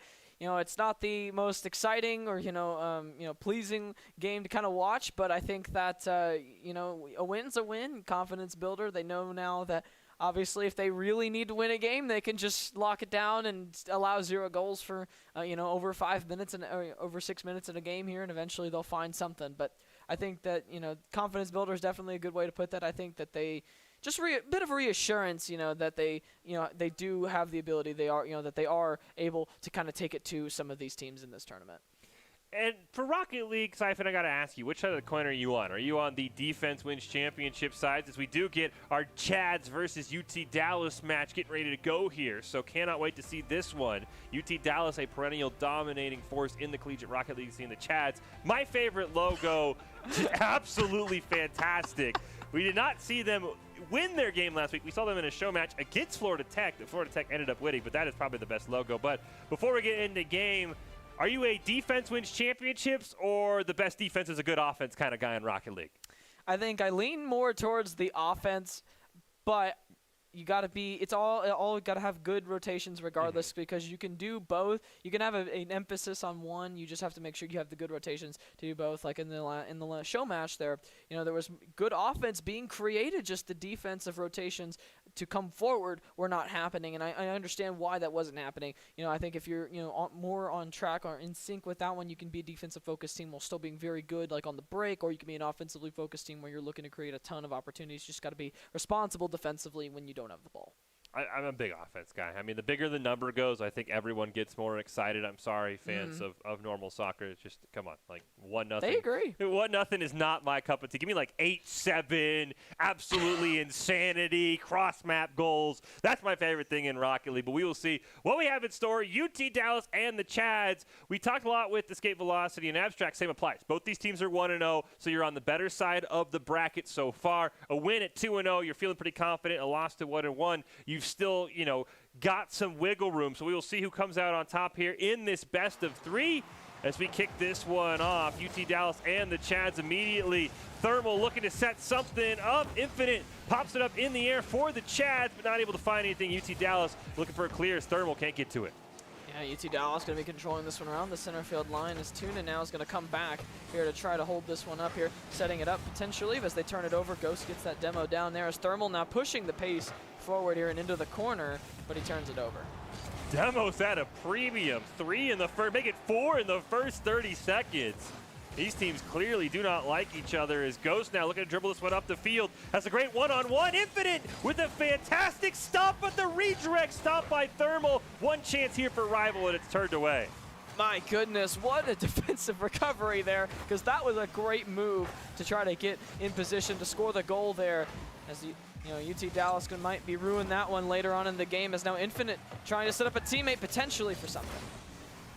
Ball gets cleared all the way down. Infinite has to retreat. Thermal there as well. Thermal will pop it up in the air, looks to take it themselves. Centers it to nobody. Dalton just going to capitalize on that. Look for the one-timer, but Infinite just blasts it to the other side. And here comes Thermal now off the back wall, looking for one of his teammates, but Dalton has taken out 2 members, and Ghost will just easily put it in there, and the 1-0 lead secured for UT Dallas. We see a perfect view of Dalton demoing the only 2 close members on the Chads. This isn't Rocket League, this is Demolition Derby. 6 demos in a minute and a half. I have never seen that many bombs on the scorecard as Infinite looking to tie this one up, and Thermal immediately ties us at 1. That's what it was supposed to happen when his teammates are not demolished. He sets up his teammates with a great opportunity there. Infinite, good job winning the ball in the air, setting it back to Thermal, and UT Dallas just not able to ever get set there defensively. They're going to have to try to do that here on this kickoff. Dalton's going to win that kickoff, but immediately Thermal's going to send it the other direction. Infinite trying again for a fast break, and Thermal's going to knock it short there. Tuna not able to get to it there, and it's going to be taken now by Dalton as he looks to guide it forward. Ooh, Dalton and Ghost with a nice little pinch maneuver right at midfield, but the ball's way too fast. Bounces over Dalton, and Rival loses the 50-50 on it. As Thermal now has a teammate. I think they wanted the demo, but they couldn't find it. Ball popped up in the air, but nobody's there. Thermal one chance, huge miss. And here comes Dalton now trying to win the ball back in the air, but instead Thermal's going to be taking this one as Ghost finally sends it forward. He's looking for Dalton. That's a good hit on the ball, but it is too high. They're trying to sneak it into that top left corner as Rival will now pop it up over the goal. Dalton's lurking. Dalton will put it home, and the captain gives Dallas the lead again. That's a great set here. Rival pops it up in the air. You got a double commit over in the corner from the Chads. Dalton gives them the 2-1 lead. See what UT Dallas could do here. The one Chad goal is on the kickoff, and we've seen teams at times win tournaments and really dominate in USO events with good kickoffs. We see another demolition, bringing our total up to 7. My goodness, as Tuna wants to carry this up the field, off the back wall, looking for a teammate. Nobody there. Dalton misses, but recrolls it the second time. Infinite trying to stick with it here as it's going to fall back out to Tuna. He gets another demo down as Infinite trying to keep it alive here, looking to try to get it to Thermal, but it's going to be cleared away by Rival. And it's going to be sent forward into the corner now. Back across the slot. Here's the shot up over the top. Dalton trying to hold it there for a teammate, and it's cleared away. Infinite, great pass to Tuna, just got to redirect it, but Ghost sees that one in time and stops it. Gets it around another member. Thermal has to be the last line of defense, and he is. Great pinch off the wall, looking to get it to himself, but Rival takes a huge shot. Tuna got to make a great save. That's a big save there from Tuna, and he gets it right out to Infinite as well, trying to immediately cash in on that opportunity. Here's Thermal trying to control it as his shot is blocked into the corner, but Infinite keeping it alive. But it's a good deflection there from Dallas to keep this one away from harm for right now. Thermal trying to guide it towards the goal and cleared away. Infinite, great stop at midfield. Ghost, though, going to keep this one alive for UT Dallas. Looking for that insurance goal as Thermal takes a shot. Dalton keeps it alive. Great clear down to the blue side. Nobody's home, but a huge demo is a great defensive play. And now Infinite controls this one in the air, but Rival goes aggressive here, wins the ball back. Thermal, though, takes it right back as Ghost now moving forward, wins the ball back, looking to set up one of his teammates there in the slot, and it's going to be taken by Rival here, trying to play it back high in the air towards the slot, and it will be cleared away as Dalton has to redirect it. Over to Ghost in the corner. Ghost plenty of boost, but it gets stolen away on a great 50 by Infinite. 1 minute left for the chance to tie this one up. Infinite's in a great spot, but he didn't see the ball, so he just hands it over to Dalton, forcing Thermal to make a play at midfield. Gets one touch on it. Infinite with a great bump in front of the net. Tuna shot. Too high. Is there a follow-up? No. Dalton says no thanks. What a play on the ball there from Thermal to try to get that one set up there for Tuna. He just couldn't quite finish the play. And now it's going to need another chance here as Infinite just gets right around Dalton, crossing it back. What a combination, and it's going to go wide of the goal, unfortunately, for the Chads. 30 seconds left here. Ghost and company trying to kill time. Gets stolen away. Thermal's going to go for it, but Dalton beats it to the ball. Infinite in the corner, recenters it. Rival can't find it, but Ghost can. Over to Rival. They can't get the give and go to connect, but Tuna makes a crazy save, and Chads have one more chance. This is going to be it here. 10 seconds left on the clock as Infinite sends it over towards Thermal, and into the corner it goes. Dalton gets the Thermal down. It is 2-on-3. Rival making chaos there in the corner, and he wins the ball back for his team, and that's going to do it here as UT Dallas will take game one. Crazy game one between UT Dallas and the Chads. Both these teams on the upper side of the bracket, both 1-0. This tournament powered by Geico Military. Geico Military has been a partner of the USO since 1997, providing support to military service members and their families throughout their time in service. Thank you, Geico Military, for being a force behind the forces. Fish and Siphon here calling all of the action. It was would have been a wild day of our USO Invitational Qualifier week number 2. Very, very close game, and I'll be honest, maybe one of the most explosive, and I mean that literally, games of Rocket League I have ever watched. That was a crazy amount of demos, and most of them were pretty solid. Yeah, they definitely were. There was a lot of demos going down in that game, and they were good defensive plays or offensive setups. I mean, the first goal of the game was literally created because Dalton took out 2 defenders in 2 seconds with demos, and that set up the first goal of the game. You had a couple of great defensive plays as well from UTD as well, getting some of those demolitions down, and both sides really were just very happy to go ahead and go at the demo battle, knock people around there, and definitely was a very physical game. UT Dallas did a great job, as you mentioned. That first goal set up by Dalton with a great double demo in the 2 seconds, opening up the field. And demos are a risky thing, though, Cypher, because if you get a demo and that takes you out of position, that's almost worse than even just getting the demo. So I think UT Dallas did a great job showing restraint, getting the demos when they needed to. We'll see how explosive this game is off the kickoff here in game number 2. Tuna corrals it, looks to play it to themselves in the corner. Great double bounce over to Infinite, who runs into Dalton. Rival and Ghost both commit. Goals wide open, and the Chad looking for it. Here goes Infinite, but it's cleared away by Ghost. Good defensive stand there from UT Dallas, as now the Chads got to try to regroup and go again here, trying to get the first goal of the game here as they hold it in their own end for just a moment. And now here they go again as Infinite tries to reverse the field now and get away from UT Dallas. Up in the air, Tuna with a great little hit. Actually, Thermal, with a great little touchdown at the orange end. Infinite going to keep it alive, wants to follow it themselves off the back wall. Dalton able to clear it away. Ghost keeps Thermal from keeping that ball alive at midfield. And now Ghost looking for a setup here as he steals it away from Thermal. Here comes Rival. Now he's got to win that ball. He definitely paid for it, though, as he got demolished there. And now here comes Tuna trying to set up Thermal. Potentially Thermal's going to tap it in.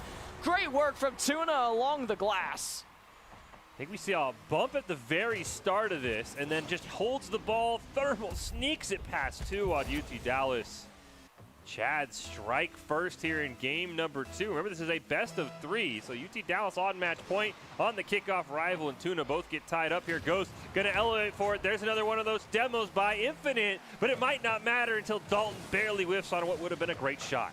Definitely so, and that was playing it a man down as the demolition did happen against UT Dallas there, as now Ghost fires a long shot that's going to go wide into the corner, but Rival picks it up, places it right perfectly in the slot, and no one is there to tap it open. Dalton tries to guide it in. Infinite just got back, though, to make sure that was not going in. Rival, great stop on a shot right towards him, looking for a pass. Turned away by Infinite, who has Thermal, ends up playing it himself. Thermal now waiting for a pass. There it is, but he gets blown up, and Rival makes a fantastic save. It's still a scary spot to be until Dalton pushes that one away. More demos coming out here, just endless as it seems. And Dalton tries to get a great touch across there, but instead it's going to be read perfectly by the Chads. And now Tuna trying to get a shot on goal. It's going to go off the back wall, pinned against it, and Infinite is going to try to free it. And Thermal's going to hold it up here at the center field line, trying to send it back in one more time, and Infinite took him out of the play. Tuna had to make that save, as you mentioned, got taken out of the play by his own teammate. Ghost looking to redirect that one, not quite strong enough, also off target. Thermal and Tuna able to corral it. Now Thermal going to hit it down onto that orange side, stopped immediately by a Rival. Can Tuna get to it? Yes, he can, but there's really no follow-up. Infinite tries. The shot way too weak and way too left. The Chad's definitely doing a lot better in possession here in this game. They're holding on to a lot more of the ball here. Dallas is going to have to make their 1 or 2 opportunities count here as they're struggling to hold on to it as more demos come out. Ghost looking for a center. Dalton just misses on it. Infinite now can't dribble it up, gets stolen away. Gonna pass it over to Thermal. Ghost, though, with a great read on it. Infinite racing to the ball, though, corrals it. The Chad's trying to kill some clock, but Rival, huge steal. Thermal just gets it out of harm's way. And he's going to guide this one forward here, trying to get a good hit on it. Potentially Infinite gives it a good shot, but it's going to go wide, and then Thermal somehow missed again off the post and out. And Dalton now takes it away from Infinite as they hold it in the kernel. But here comes Tuna trying to send that one forward. Looking back corner there for Infinite, but he's going to try to win the ball back instead away from Rival. Now here's Thermal trying to guide it forward. He's going the wrong way, though, and Dalton's going to start the break. Oh, Infinite. Got to be careful. Thinking got faked out there. Let's make the save. Thermal and Infinite going to combine to look for a clear. It's actually Tuna who clears it down to Thermal. Looking to center in front of the net, but Ghost is there. One more chance, and Ghost with a pass over to Dalton. So looking up to set up a break here, but they can't quite find each other. Dalton pops it up, looking for Ghost. Ghost puts it in, back post, and Ghost ties the game up. A great play by Dalton. Everybody thought he wanted the shot. Ghost comes racing in. It's 1-1 here. 90 seconds left. Under 90 seconds. We'll see if UT Dallas can come out on top. Still an explosive game. Tuna wins the kickoff. Ghost can't quite sneak it past him. Infinite now with a great chance, trying to carry it forward, loses the dribble, so Dalton will just blast it to the other side. Thermal now going to try to hold on against Rival here, but Rival wins the ball, falls down to the corner, and Dalton pops it in the corner. Dallas leads. 20 seconds, 2 goals. Rival just overpowering Thermal. Dalton hits it home, and UT Dallas just like that. 65 seconds on the clock. Can they hold on? This kickoff is huge. They tie up, but Ghost has the cheat. Looking for one more, but Tuna's able to stop him as we tick under 60 seconds. Dalton trying to center it, but it's stopped by Tuna. Here comes Tuna around the corner again, trying to move it forward here as Rival gives chase. It's going to be popped up in the air by Ghost. Back out towards the center field line, kept alive by Infinite. Could take a bit of a crazy bounce over the goal, and Tuna's not able to get it away. That's going towards his own goal. He needs to get back, and Infinite will guide it away, but that was close. Bumped Rival out of the play. Great job there by the Chads defensively. 30 seconds left, looking to get the ball out of their own end to start. Great little combo there. Tuna's going to clear it across the field. Ghost misses on it. That could be a chance here. Infinite looking to make a play, but it's Thermal off the back wall. Do they have a shot? They do! But a huge save by Ghost on the line. And UT Dallas looking to turn this one around as Dalton rips a shot, but it's wide. 10 seconds left here. They've got to go, and they must go quickly here if they're to keep this one alive and go to overtime. As Thermal trying to push forward 2 seconds, it's going to fall back to Tuna, and it takes a crazy ricochet to the ground, and the game is over. UT Dallas coming out on top. 2-1 winners there. They will move to 2-0. The Chads will fall to 1-1. But my goodness, Siphon, what a crazy back and forth series. Closest what we've seen all day. UT Dallas with those crazy 2 goals in 20 seconds. That was a different style for both teams, and they both played it perfectly. Really unfortunate that the Chads had a tough matchup because I thought they played a phenomenal game. Yeah, I definitely thought they did too. I thought they definitely did some good things. They had a lot of good demos. Were great on their rotations. They were picking their shots well. You know, at the end there, when you thought, I thought this. I'm pretty sure you did as well. When we thought Thermal tied the game late in the game, and we thought it was going in, and it was a great save there by Ghost to make sure it stayed out. But the shot placement was great. They were creating opportunities, and they were controlling a lot of the ball. Dallas definitely had a lot of issues trying to hold on to the ball like they had in Game 1, where it was a bit more even, I felt like. In Game 2, definitely more in control of the Chads, and they definitely did a good job possessing the ball and trying to limit the opportunities UTD had. UT Dallas held scoreless for almost 4 minutes. And, yeah, as you said, you thought it was going in. I thought it was going in. Ghost, and I think all of UT Dallas, I think the big reason why this won this game is defensively. They were able to recover, which I don't know if it's a good thing that you're recovering from bad spots, but it felt like you and I'd see a wide open goal. We thought the Chads had it, and somehow, some way, somebody for UTD got back. So a great job of, I don't want to say, covering your weaknesses, but a great job, I guess, of making up for other mistakes where the goal was left wide open, but somebody got back in time. Yeah, definitely. I think the consistent ball rotation around, especially from the Chads, definitely gave UT Dallas a lot of issues in that second game, like we saw, and that led to a lot of open opportunities. And I think they definitely had a bit more frantic moments, but for the most part, they were pretty, defensively solid. Both teams were, and it just came down to who was going to be able to get 1 or 2 more past the other. We'll take a quick break. We come back. We'll see Florida Tech hopefully take it on Kill Switch Gaming as we continue on here in the USO Invitational week number 2. We'll be right back with more fantastic Rocket League after this short break. 4 years have passed since the mortal races banded together and stood united against the might of the Burning Legion. Though Azeroth was saved, the tenuous pact between the Horde and the Alliance has all but evaporated. My name is MA3 Sentinel, Adrian. I play World of Warcraft. A great game. I've been playing it for 14 years. My father, me and him play the same game, so it gives us a chance to talk to one another while also interacting with one another in a different type of reality.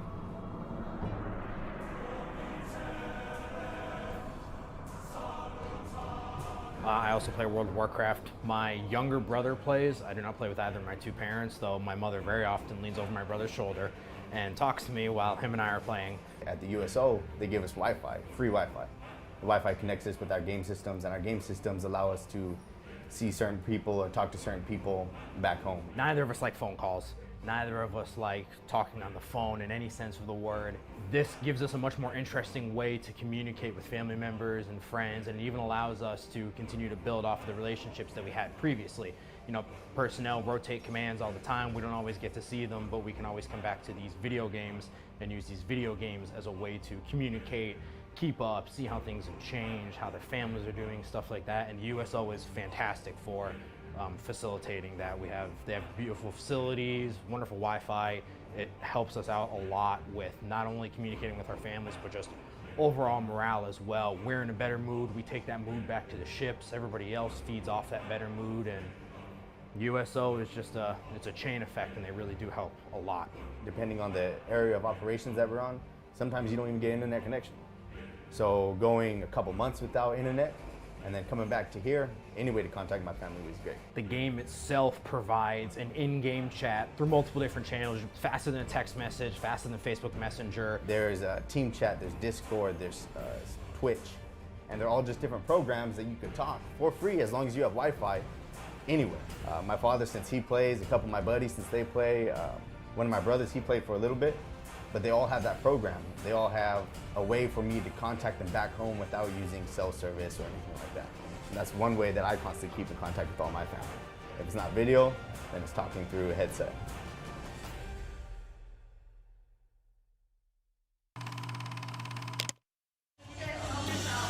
I wanted to go on the USO tour here in Alaska because I've actually never been to Alaska, but more importantly, I've never done a USO tour before, and this was an opportunity that I just couldn't pass up. I told everybody on my team I really want to dedicate some time, visit some people and thank them in person, and we just, threw this together, and everybody was very accommodating and made it happen.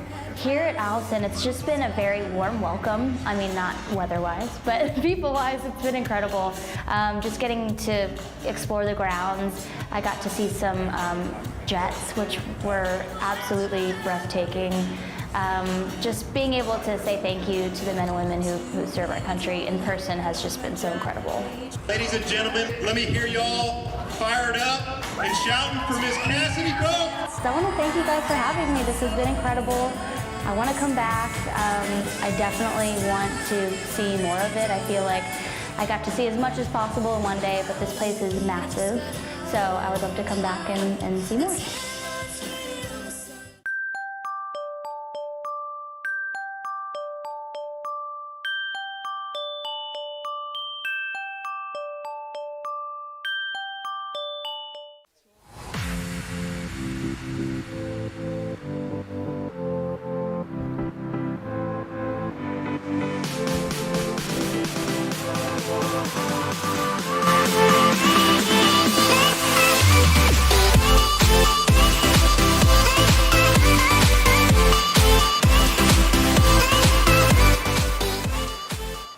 Welcome back into the USO Invitational Qualifiers here from the Boise State Esports Arena. Michael Fisher and Alton Siphon-Dills here calling all of your action.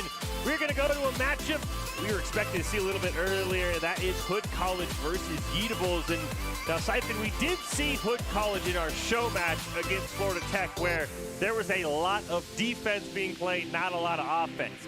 We saw Yeatables last week. They got 2-0'd by Perron. So from what you saw in our show match, what are you expecting from Hood College here, particularly because we saw them today and it was, well, you know what, let's just hop into the game. I won't even get to that question as we kick it right off here. They are ready to go here, Hood College and Yeatables.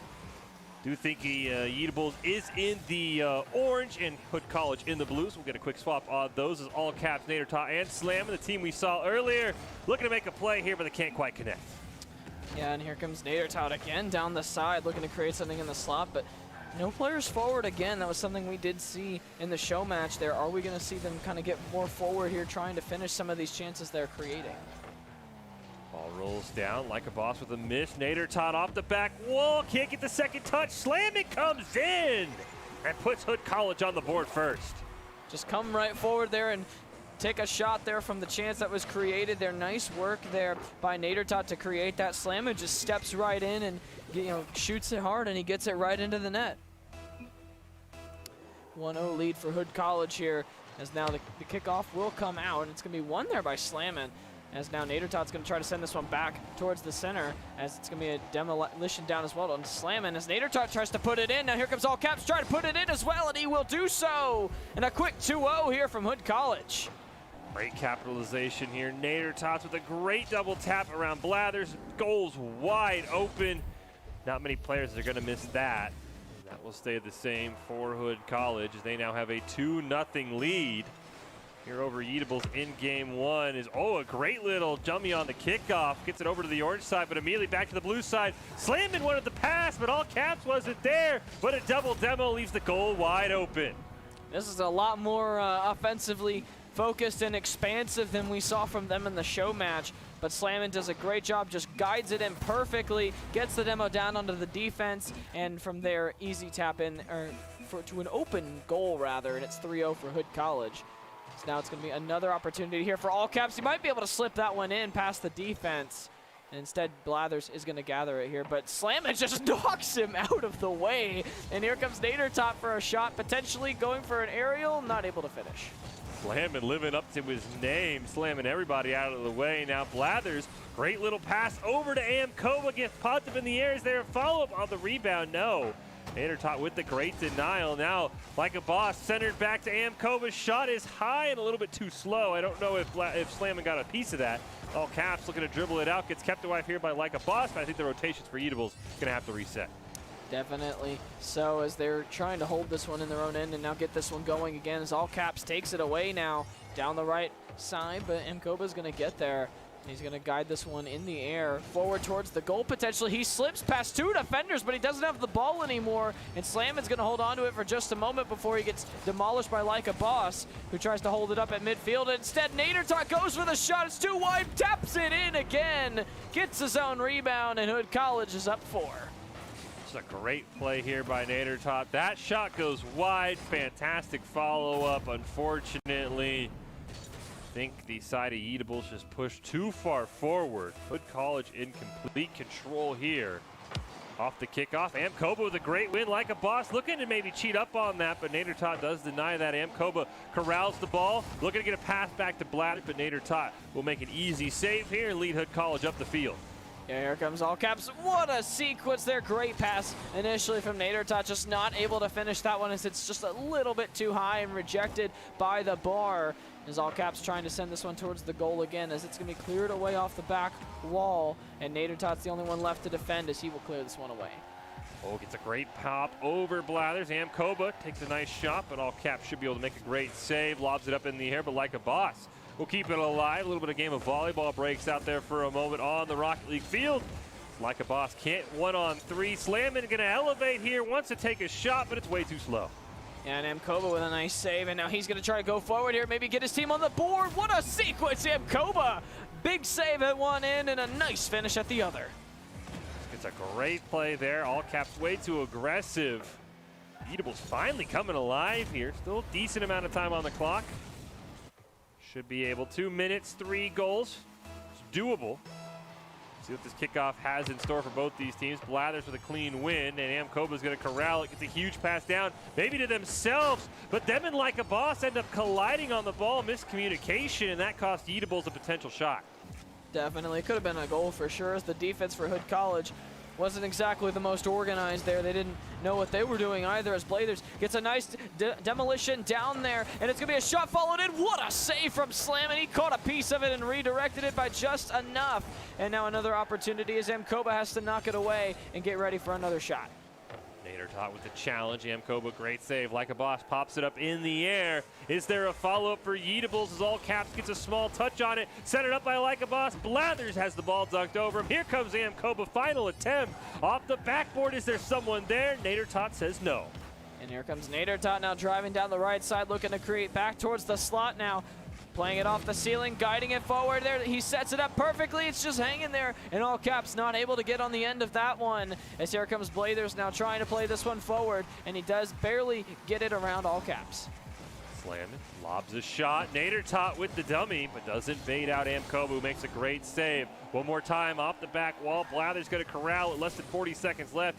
The Eatables does not have time on their side. Right now they don't have possession either. As All Caps with a huge miss in midair might allow something to happen, but the Eatables run into each other. They just hand possession over. Demo in front of the net. Nader Tot comes racing in and misses on it. And it's going to be now taken by Amkoba, trying to get it out of his own zone, but he turns it over. And now here comes Nader Tot from the other side. It's going to fall right to Slam, and he gets on the end of it, but it's too high, and it hits the post, and it'll come out. 10 seconds left. Hood College in all control of this game as All Caps gets a demo. Result in hand. Ball pops up in the air. Slam, and maybe looking to add one more, and he won't. That ball would have gone in if we had more time. Hood College comes away victorious in game number 1. The USO Invitational Qualifier powered by Geico Military. Geico Military has been a partner of the USO since 1997, providing support to military service members and their families throughout their time in service. Thank you, Geico Military, for being a force behind the forces. Fish and Siphon here. Crazy little game there. Hood College with a fantastic start, kind of slowed down in the middle, but they're kind of able to just coast with that huge lead. Yeah, definitely so, and they definitely were creating a lot of opportunities. We saw a bit from Eatables, but for the most part, it definitely was very much favored, over to them, and I think that they definitely had a lot of good moments. They were definitely creating a lot, able to get in on the end of a lot of goals as well, but they definitely had a few that they left out there too. There was a lot of good chances they were making that either got miraculously saved or couldn't quite get on the end of, so they definitely were still creating a lot, and for Eatables, they definitely I think they gotta respond strongly here in this next game. So while we wait for game 2, let's take a look at Doc's keys to the game. Maybe hope Eatables get this one to a game 3, and that is create mistakes, punish the overcommit, don't overstay, and bump a demo to disrupt. Doc's keys brought to you by Geico Military. Geico Military has been a partner of the USO since 1997. USO Invitational Qualifier week number 2. We've got a pair of 0-1 teams looking to get back on the right side of things in our Swiss format. Hood College and Eatables both lost last week. We'll see what they could get done. And, I think you're right. I think Eatables left a lot of opportunities on the table. If there's one area you could see you want them to improve in quickly before we get to game 2, what would that be? I definitely think they just need to tighten up at the back. I think they were letting in too many goals, allowing too many chances. They got to cut that out and fast. Kick off game number 2 here. We'll see if Eatables can work their way back in. Like a Boss has a great opportunity right in front of the net. Centers it for a teammate. Nader Tot, though, makes a huge save. And Hood College able to clear this one away. Yeah, Nader Tot now trying to bring it in himself here. Like a Boss, though, going to try to start the break, but it's instead kept alive here by All Caps as he wins the ball back here at the center field line. Set forward by Nader Tot, and a big save from Like a Boss.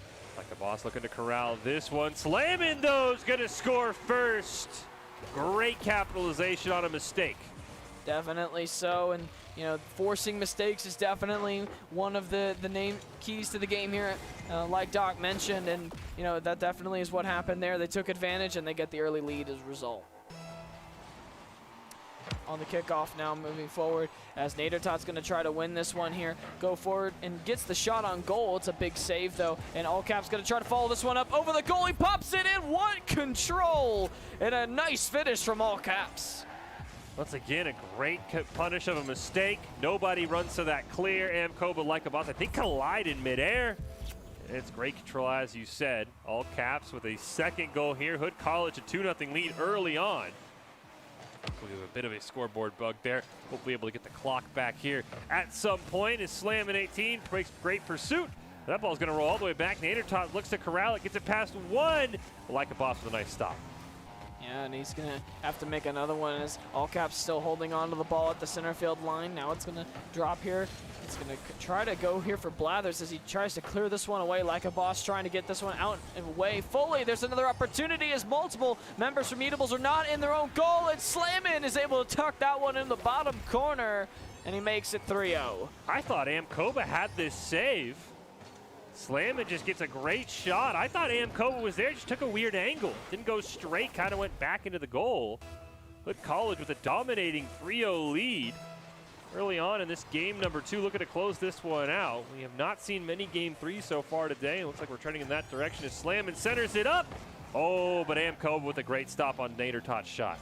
Yeah, definitely so. Here comes All Caps trying to set up a shot potentially for Nader Tot, and he tries to get turned around, and now Slammin will send it back around the corner, knocked away by Blathers, but here comes Slammin again as he got demolished, but All Caps trying to force it through. Is it gonna go in? No, it is not. Like a boss, able to get that one cleared away. Slammin keeps the pressure on. Pass over to Nader Tot. They center it up. All Caps waiting. Finally sees an opportunity, but it's way too late. It's the demo, but not much more. Slammin rips a shot, but Amkoba makes a great save. Like a boss, and Eatables looking for a clear here. Nader Tot, the back pass. Nobody's home. Amkoba, though, can't make the punish. It's going to be held at the center field line again. Nader Tot trying to drive it forward. Now he's got so many teammates in support, and the hats rain down.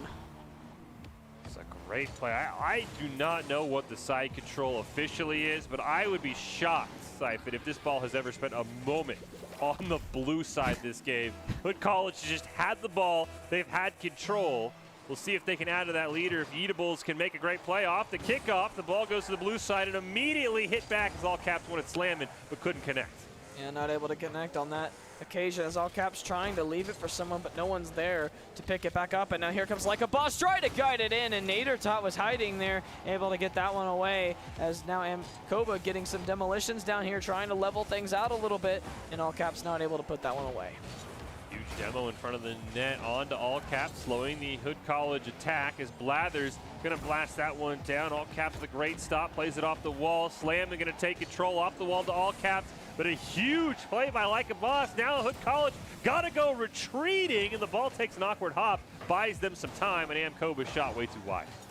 It's gonna go back into possession here of Nader Tot, and then he leaves it after sending it forward, and it's gonna go drop there for Like a Boss, trying to go forward.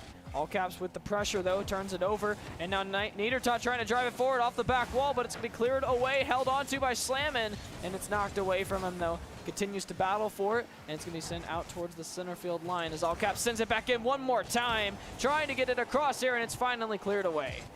Blathers with a miss, Like a Boss, but doing everything they can to get Eatables back in this game. Gets a huge demo in front of the net, but All Caps is there. Can't sneak it around. Like a Boss in the air, Slammin'. Gonna clear it down to the orange side where the ball spent a lot of the time, and a crazy shot from All Caps. Didn't even see him down there. Man, that's a great shot, though. Just super sharp angle, good recognition. He got himself in great position, and he just lets that one go. Gets it neatly under the top bar there, makes it 5-0. It's going to be a big face-off here. Who's going to win this one? Is it going to be Hood College again? As Slammin' will take this one on the left side. Going to look to cross it in potentially, and it's going to get away from them there in the air, and Blathers will try to clear this one. Boss and Amkoba, great clear down together. Amkoba trying to center this one up, turned away. Amkoba has the lone goal for Eatables in this match. Like a Boss trying to add one, but a double commit from Amkoba, and Like a Boss just bumps the ball out of harm's way. And now Hood College racing up the field. It's going to be a battle for the ball here as Like a Boss loses out on that occasion. Amkoba tries to get it out, but Nader Tot holds his ground. He wins the ball back. It's going off the top bar. Back here to All Caps. He shoots it, and it goes wide and high. And now it's back towards the slot. What a shot from All Caps. The hats rain down again. All Caps with just a missile here. Off his own rebound. He even had Slammin' competing for that goal. Credit to All Caps. And Hood College, with less than a minute left, looks in complete control here of this game, too. Looking to close this one out in style. Potentially with the shutout is off the kickoff. Amkoba clears it away. Demo comes out, but Nader Tot just going to push it away. He's going to control this one in his own end. He pops it high into the air as it's going to move forward here off the back wall. Falls here for Slammin'. He shoots it, but 30 seconds remaining as the shot does go awry. Nader Tot tries to tuck it home, but it's going to be blocked by Like a Boss. And now here comes Blathers out to center. Blathers has Like a Boss right behind him, centered up for Amkoba. Shot turned away. Here's Like a Boss. Ball bounces off the crossbar. Not going to be enough as All Caps in the final 10 seconds. Looking to add one more for Hood College. Nader Tots gets denied. Blathers has a chance, but I think this ball is just going to end up touching the ground. Never mind, it'll roll up on the wall. Final chance for either of these teams. Like a Boss in front, and he will score in the 0 second. It's a good work here. Eventually able to tuck this one away. Just good consistency, not giving up on this one. And looks like that actually should have gone to Nkoba. I thought it touched him. Perhaps not. Either way, it was consolation at best. Yeah, I thought it went to Amkoba too. I think Nader Tot actually scored an own goal contesting Amkoba, I believe. And that's why it gets credited to Lycabot. I was right there with you. I was like, wait, Lycabot? How did he get credit for it? But regardless, Hood College comes away with the win. Very dominant fashion, another 2-0. And you and I had talked about maybe in a show match you don't show your full hands. What we saw from Hood College was the exact opposite of what we saw from their show match. They're putting up goals in bunches. Yeah, and they were playing super high up and super aggressive, which was not at all what we saw in that show match. I mean, their rotations were great, but they were, as a whole, playing super high up, forcing a lot of turnovers and forcing a lot of quick passes, which ended up falling to them as they created a lot of turnovers. And from there, they were generating that into chances and then thus goals. So they definitely were playing well on both ends of the pitch. I think one of my favorite things about this tournament, and the thing that always, it's always hard for you and I, Syphon, as the casters, is, we knew Hood College coming in was 0-1. I mean, that performance they put on there, I'm like, okay, well, I think they could beat some of the teams we've seen here today, so it's always crazy. Maybe you just got a bad matchup week 1. They will move to 1-1. We will see what they're able to do next week. Before we go to a break, do you have any thoughts on that matchup? I definitely think it was, it's going to be, it was definitely a good game. And I thought overall, though, I think the Hood College played better. I thought that they definitely were more clean. They had a bit more of a decisive game plan, I think, on what they wanted. And I think that overall, they controlled things as a result. Well, we're getting down to the final few matches of week number 2 in our USO Invitational. We will take a short break. We'll come back with another absolute banger, I'm sure. More Rocket League coming up after this. 4 years have passed since the mortal races banded together and stood united against the might of the Burning Legion. Though Azeroth was saved, the tenuous pact between the Horde and the Alliance has all but evaporated. My name is MA3 Sentinel, Adrian. I play World of Warcraft. A great game. I've been playing it for 14 years. My father, me and him play the same game, so it gives us a chance to talk to one another while also interacting with one another in a different type of reality.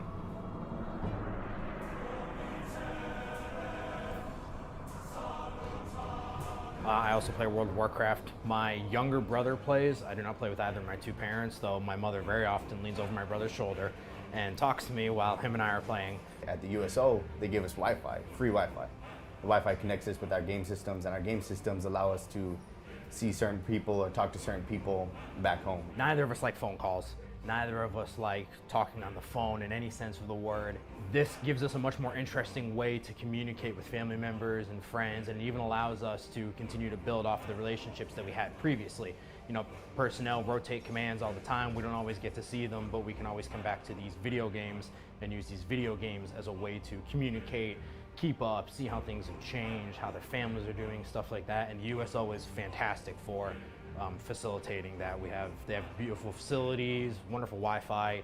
It helps us out a lot with not only communicating with our families, but just overall morale as well. We're in a better mood. We take that mood back to the ships. Everybody else feeds off that better mood, and USO is just it's a chain effect, and they really do help a lot.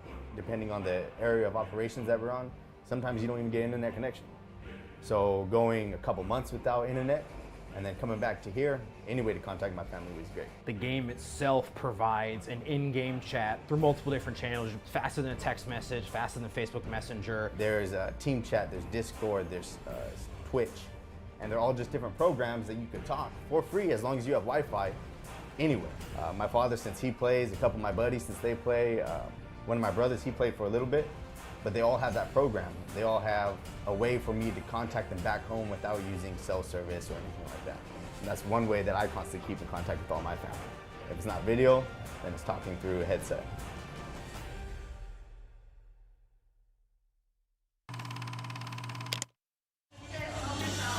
I wanted to go on the USO tour here in Alaska because I've actually never been to Alaska, but more importantly, I've never done a USO tour before, and this was an opportunity that I just couldn't pass up. I told everybody on my team I really want to dedicate some time, visit some people and thank them in person, and we just, threw this together, and everybody was very accommodating and made it happen.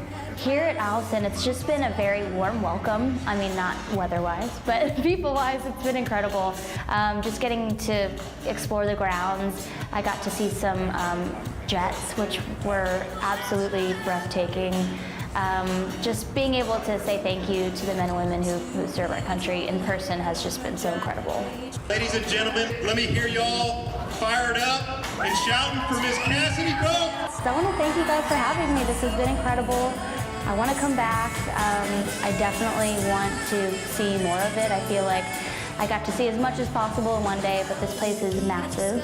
So I would love to come back and see more.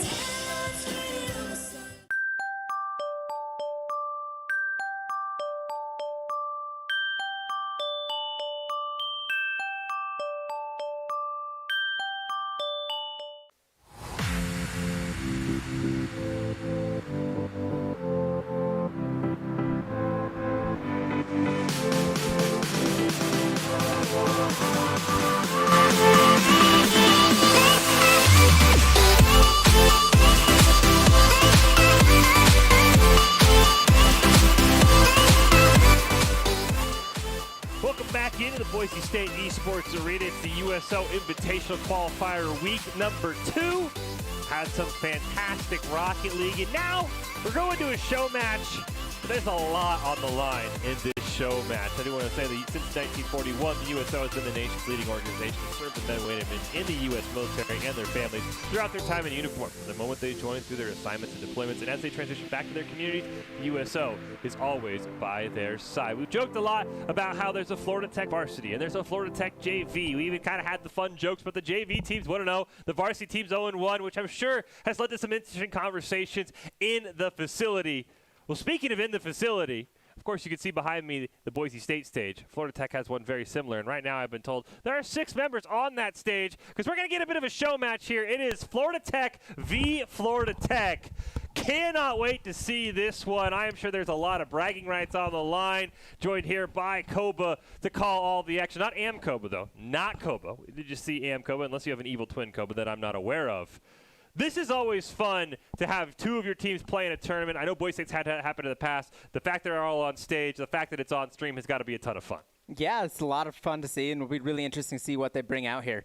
I'm really excited to see both these Florida Tech teams and just see really how they face it off each other with the pressure of playing against each other live right across it from each other. It's a really fun environment to do, and really cool. We got to get this game going.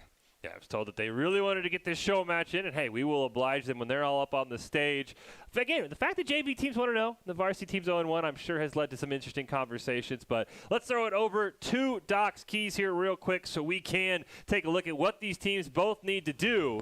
And that is create mistakes, punish the overcommit, don't overstay, and bump and demo to disrupt. It's all brought to you by Geico Military. Geico Military has been a proud supporter of their proud sponsor of the USO since 1997. They are presenting this tournament. A big shout out to Geico Military. As we see here, getting ready to go. We can also throw it over to a quick reminder of the rules for today. And that is best of 3, 3-on-3, 6 weeks Swiss bracket, 1 match per week per team, which is a very interesting format because that means that, if you lose your first game, you have 7 long days to think about how you can correct that, and the top 8 teams from this league will qualify for the USO Invitational and a shot at a $10,000 prize pool. Again, a show match here. Nothing too crazy on the line but pride, but when it's 2 teams within the organization, Koba, there's a lot of more than pride. There is trash talk, bragging rights, maybe even you got to switch the JV and the V on which team depending on who comes out on top here. Yeah, definitely. It'll be really interesting to see what they kind of bring out with. We know both these teams are pretty fresh. They're brand new playing together. I think we mentioned it last week. They're really just getting into the semester and into playing with each other as a team and as a program. So it's going to be really interesting seeing what they bring out and how much they've improved in this past week. We are ready to go. It is Florida Tech varsity taking on Florida Tech JV. A nice little show match here as we start to wind down the evening in the USO Invitational Week 2 qualifier. We have seen some spectacular games so far, and I'm sure this game or series, depending on how long they want to play, will be no different as we kick this one off. Florida Tech and Florida Tech. It is the varsity in the blue, the JV in the orange. We'll see what Grover, Dask, and Berto could do as Dask gets a great shot in the first goal. What a shot, just coming out strong in the first 10 seconds, being able to get a nice pass, hit it up to the center, and he's just gonna knock it right in right there. We saw a great performance from the orange team, which is the JV team last week, especially Beeson and Feaston. I do believe he was our Geico player of the week last week, so if there's someone that can lead the JV team back, I would expect it to be Beeson and Feaston. As Berto with a great carry, there's Beeson and Feaston, the huge clear, and it bounces in. The player of the game bouncing it back, just getting the cross-map clear, and even sees the varsity team showing out the nice shot in the chat. They're all having fun here, but what a shot across field.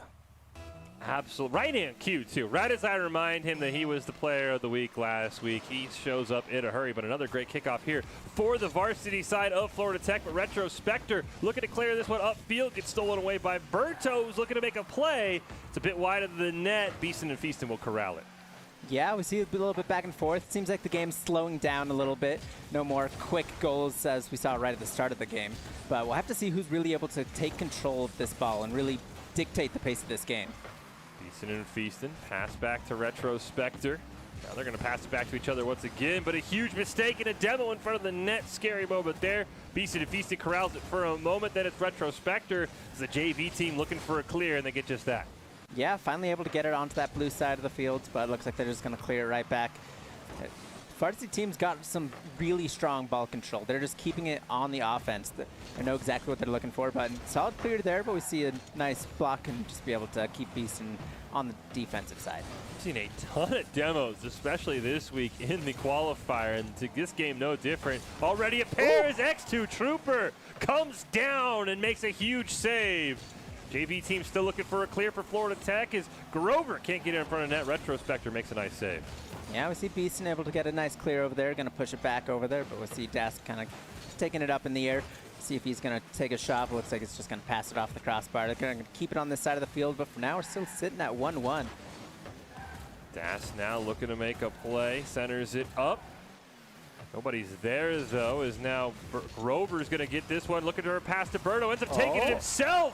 What a shot. X2 Trooper kind of helped out there, I think. Yeah, he was really just able to control the ball the entire way through. We saw two members from that JV team up in the air trying to contest, and even the third sitting near the goal, and they just weren't able to stop him.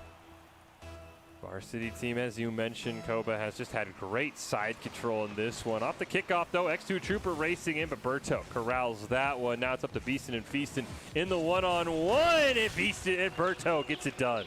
Ooh, they're getting a quick pull away in this round. We'll have to see that JV slow it down again. That's when they're really starting to kind of bring it back, when they're not making these fast actions where they can actually slow the game down and keep things a bit more on their side. See what the varsity team can do. Can they build the lead? There's now Retro Spectre going to corral this one. Pops it up in the air, trying to take a shot on net. Not quite able to get this one done. Grover, the huge demo. Retro Spectre back pass to his teammate. Scary spot to be. Berto centers it up, but it's turned away. Yeah, Dask's going to take it up. Looks like he's not going to be able to follow up on his shot, though. He's just going to kind of look to reset. We see a nice shot towards the center, but Trooper's there to defend it. As we see Beeson taking it up in the air, but Dask's just going to push it back towards that center of the map. Grover looking to make a play on this one. It's Retro Spectre who just barely misses. Beeson and Feaston looking to get this ball in front of the net. Makes a great play, but a huge save there. Berto, one more chance. X2 Trooper can't find it either. They're keeping it on this varsity side of the field, though. They're just getting multiple shots, and I don't think they can stay in defense forever, although we've got a nice shot here, but Trooper's going to push it back to that opposite side. Retro Spectre not able to stop Dask there near midfield. X2 Trooper now looking to make a play on. It is Berto. Can't quite clear it away. Beeson and Feaston, less than 2 minutes left. The JV team for Florida Tech in the orange needs a goal, but it gets cleared all the way down in front of the net. X2 Trooper with a great clear back. Yeah, we see them just keeping this back and forth. It's really slowed down the pace, and that's really what the JV team's really looking for here, but they just have to really be able to execute on some of these shots that they're taking. We see the ball getting a slow bounce right in front of the goal, but they're luckily able to clear it out. You know, I see Grover flowing over the net, but so far, no connections. Retro Spectre, next to Trooper, looking to make it clear here, make something happen. Grover, great pass over to Dask. That one stopped, though, by Beastin and Feastin. Berto, though, almost all alone. This time, Beastin and Feastin makes the save in the 1v1. Dask bounces it up. Grover keeps it alive right in front of the net, but Beastin and Feastin, a small clear, but this ball spent way too much time on the orange side. Finally, cleared over to the blue side. Yeah, we see them being on the offensive. We see them taking a ball, but it looks like Beastin's going to just keep it centered.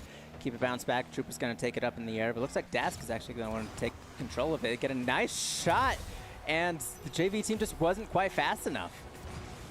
I think the record jokes have stopped at this point. The varsity team in complete control. Look at Dask in midair. Great shot under the crossbar. And a 4-1 lead for the Florida Tech varsity program in our show match here. It's going to be tough to come back with only 44 seconds left and down 3 goals, but a kickoff goal would be a nice way to bring it back. Berto makes a fantastic save. Berto was a great player last week as well for the Florida Tech varsity team. But Retro Spectre sneaks it in, and hey, we might have a game. There it is, a quick 10-second goal. They just need a few more of those. Just right off the center, just goal was wide open. What a shot. Great kickoff started that whole thing. If Florida Tech JV can land another one, they could potentially make this a 1-goal game. It's up to X2 Trooper and Retro Spectre. Great job there to corral it, but Berto having none of that. Dribble it at the length of the field, wide of the net. Rebound for Grover. Bounces off the crossbar, and Dask, with the hats falling, has pulled out the dagger. Yeah, I think that's kind of the nail in the coffin on that game. Dask was just able to come in and finish that off. It was so close. Retro's almost trying to defend it, but just wasn't quite fast enough. And now with down 3 goals with 24 seconds left, it's looking rough. Dask wins the kickoff over to Retro Spectre, who's trying to make a play, but Berto with 6 shots and a goal to his name, looking to add one more. Can't quite find it. Grover, one more chance. Dask gets a 4th goal on the night. And Florida Tech varsity has a huge lead.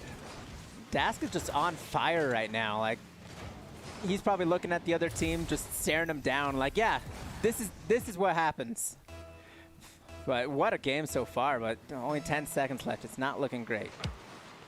Retro Spectre off the back wall, not able to find it. Grover and Berto looking for one more. Oh, they just missed, but the long run, it's not going to matter. Florida Tech varsity pulls off the win. You see the GGs in chat, all for fun, but overall, a fantastic show match between the 2 Florida Tech schools. Yeah, that was a great game we saw. This tournament powered by Geico Military. Geico Military has been a partner of the USO since 1997, providing support to the military service members and their families throughout their time in service. Thank you, Geico Military, for being a force behind the forces. Fantastic little show match there, all in good fun.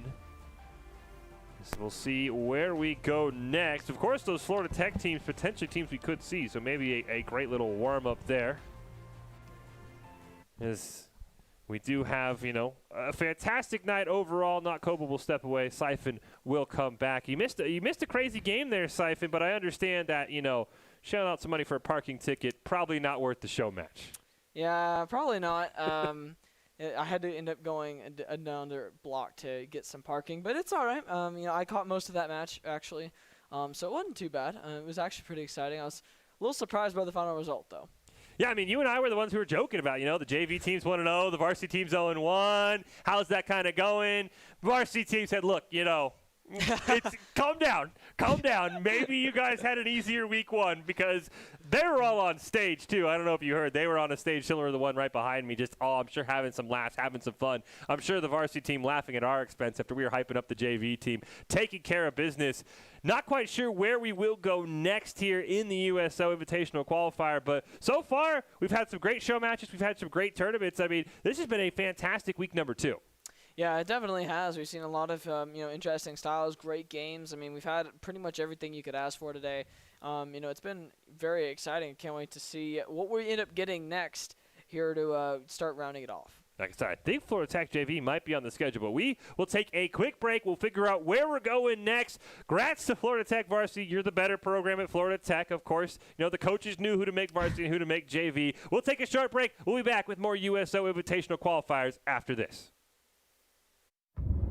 4 years have passed since the mortal races banded together and stood united against the might of the Burning Legion. Though Azeroth was saved, the tenuous pact between the Horde and the Alliance has all but evaporated. My name is MA3 Centennial, Adrian. I play World of Warcraft. A great game. I've been playing it for 14 years. My father, me and him play the same game, so it gives us a chance to talk to one another while also interacting with one another in a different type of reality.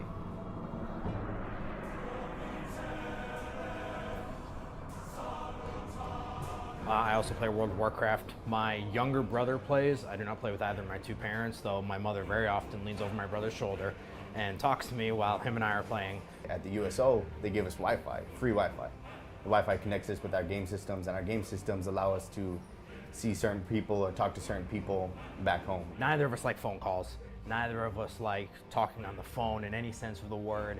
This gives us a much more interesting way to communicate with family members and friends, and it even allows us to continue to build off of the relationships that we had previously. You know, personnel rotate commands all the time. We don't always get to see them, but we can always come back to these video games and use these video games as a way to communicate, keep up, see how things have changed, how their families are doing, stuff like that. And USO is fantastic for facilitating that. They have beautiful facilities, wonderful Wi-Fi.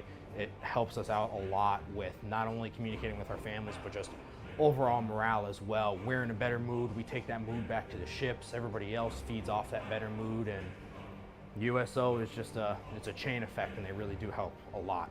Depending on the area of operations that we're on, sometimes you don't even get internet connection. So going a couple months without internet and then coming back to here, any way to contact my family was great. The game itself provides an in-game chat through multiple different channels, faster than a text message, faster than Facebook Messenger. There's a team chat, there's Discord, there's Twitch, and they're all just different programs that you can talk for free as long as you have Wi-Fi anywhere. My father, since he plays, a couple of my buddies, since they play, one of my brothers, he played for a little bit, but they all have that program. They all have a way for me to contact them back home without using cell service or anything like that. And that's one way that I constantly keep in contact with all my family. If it's not video, then it's talking through a headset.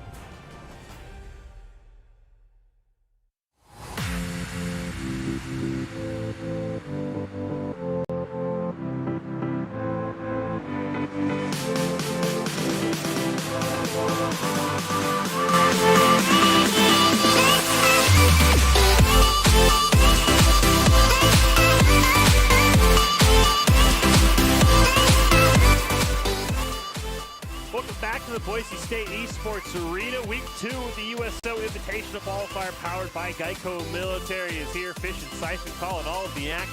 1941, the USO has been the nation's leading organization to serve the men and women in the U.S. military and their families throughout their time in uniform. From the moment they join through their assignments and deployments, and as they transition back to their communities, the USO is always by their side. Just saw a great show match between Florida Tech varsity and Florida Tech JV.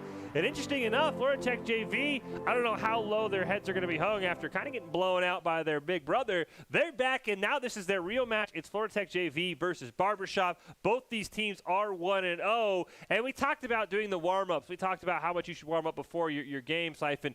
How do you handle literally just playing, getting about a 3-minute break, and then have to go right back into it? I mean, we saw it earlier, wasn't it? You know, it wasn't a huge thing, I don't think, but it does look like we are getting right into the game here as it's going to be Florida Tech holding the ball here, trying to get this one forward here onto Barbershop initially, but it's going to be Emobat getting it away here for the moment. Frizzy now looking to make it clear, but it's Retrospector able to make a great stop there. Trooper looking to get a pass over to Beaston and Feaston, who sneaks it past that. And now Beaston and Feast looking to center it down over to a teammate. They just missed connecting. And it looks like Barbershop should find it clear. As Matere, oh no, he manages to not quite connect with the ball there, but then he gets a nice hit over. But Beaston and Feaston just gets a piece of it to pop it up over his goal. And it's going to be controlled now by Chris Easy, and it's going to be moved away. Beaston and Feastin looking for a pass over to Retrospector, not able to find it. Mitri now looking to get a great challenge on Retrospector. Back to a teammate, but that shot way too weak. Florida Tech, though, all just kind of waiting. Oh, Trooper and Retrospective just sitting there. Chris able to get a great punish, bat with the center, but nobody's there. Florida Tech JV just took way too long. Yeah, not sure what was going on there. They need to get that ball and get it moving again. They wanted to slow things down, I guess. As now Emobat has to win that challenge, and he just barely got a piece of it there. That could have definitely been a goal. Here comes X2 Trooper now trying to get it as he loses out, and it's going to go back into his own end. Feastin up on the wall, looking to get a pass over to a teammate, but Retrospector wasn't ready. Does kind of lob it down to the blue side, but Ebobat gonna make a great stop there. Trooper steals it away. Matry now all the way back to the orange side where Beastin and Feastin is waiting. Gets a huge pinch. That's going towards the goal, but Chris Wee is able to make a nice save. Nice job by Chris Weezy, making sure he's able to knock that one away, and he's going to have to get in front of that one again, and it's going to be now Emobat moving forward here, getting that one away for just a moment here as Chris Weezy tries to get it back away again, but they continue to struggle to get it out of their own end. Florida Tech JV doing a good job applying the pressure right now, but they've not yet found a goal.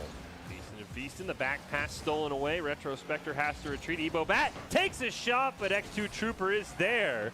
Feastin now trying to get it clear, stolen away by Chris Ways. Matry trying to center it up, but there's nobody there in rotation. Ebobat gets demoed. Feastin looking for a way out. Yeah, he's going to send this one back across again here to one of his teammates here, and it's going to be intercepted by Chris Weezy. He plays it off the corner wall, but it's going to be read and immediately cleared out once again as he tries to win this one in the air, and he will do so, actually. Now it's guided towards the net on a nice aerial, but Trooper manages to get it away. Retrospector, huge clear. That's a big demo. It's a 3-on-2. Retrospector just needs to redirect it. Gets bumped out of the way, and Feastin scores in the confusion. Didn't look like they knew where the ball was had ended up. Multiple people not sure how to get there best, except for Emobat and Beastin and Feastin got there first.